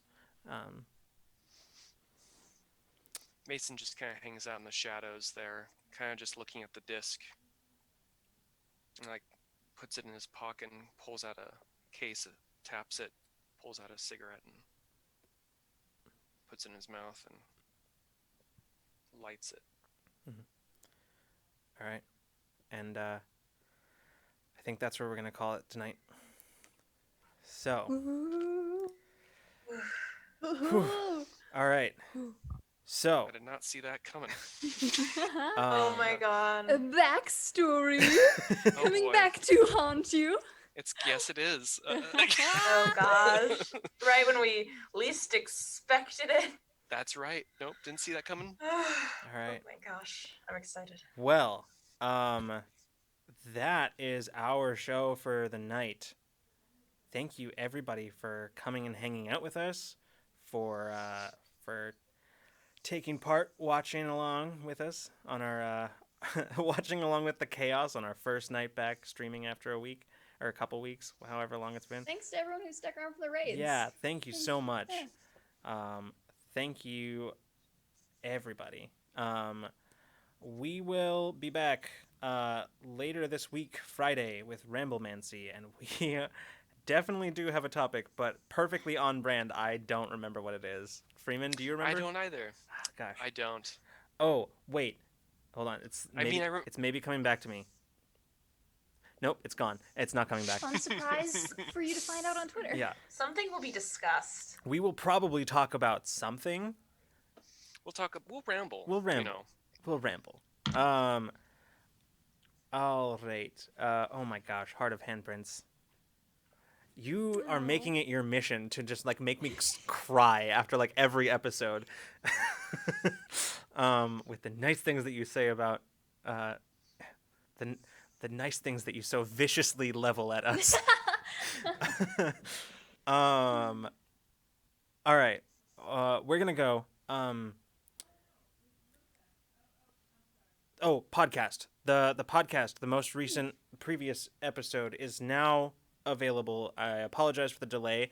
There was a bit of a workaround that we had to do, and I figured out. It was a big honking episode. It was a big you file, guys. and this it sort of feels like this one might be creeping up on that as well. But at least now I know how to do it. Anyway, so podcast is up. So if you are a podcast listener, that is up. I will go ahead and put that here, and you can go keep up with that there. I'm not going to go. We've gone over our time tonight, and I think I'm going to be perfectly fine sacrificing our end of stream announcements for the extra time that we got. So we're just going to go. Thank you, everybody, once again for hanging out. Good night, everyone. Everybody. Good night and good zone. We'll see you hopefully Friday, but if not, we will see you the next time you decide to come roll with us. Good night, everybody. Good night and good zone.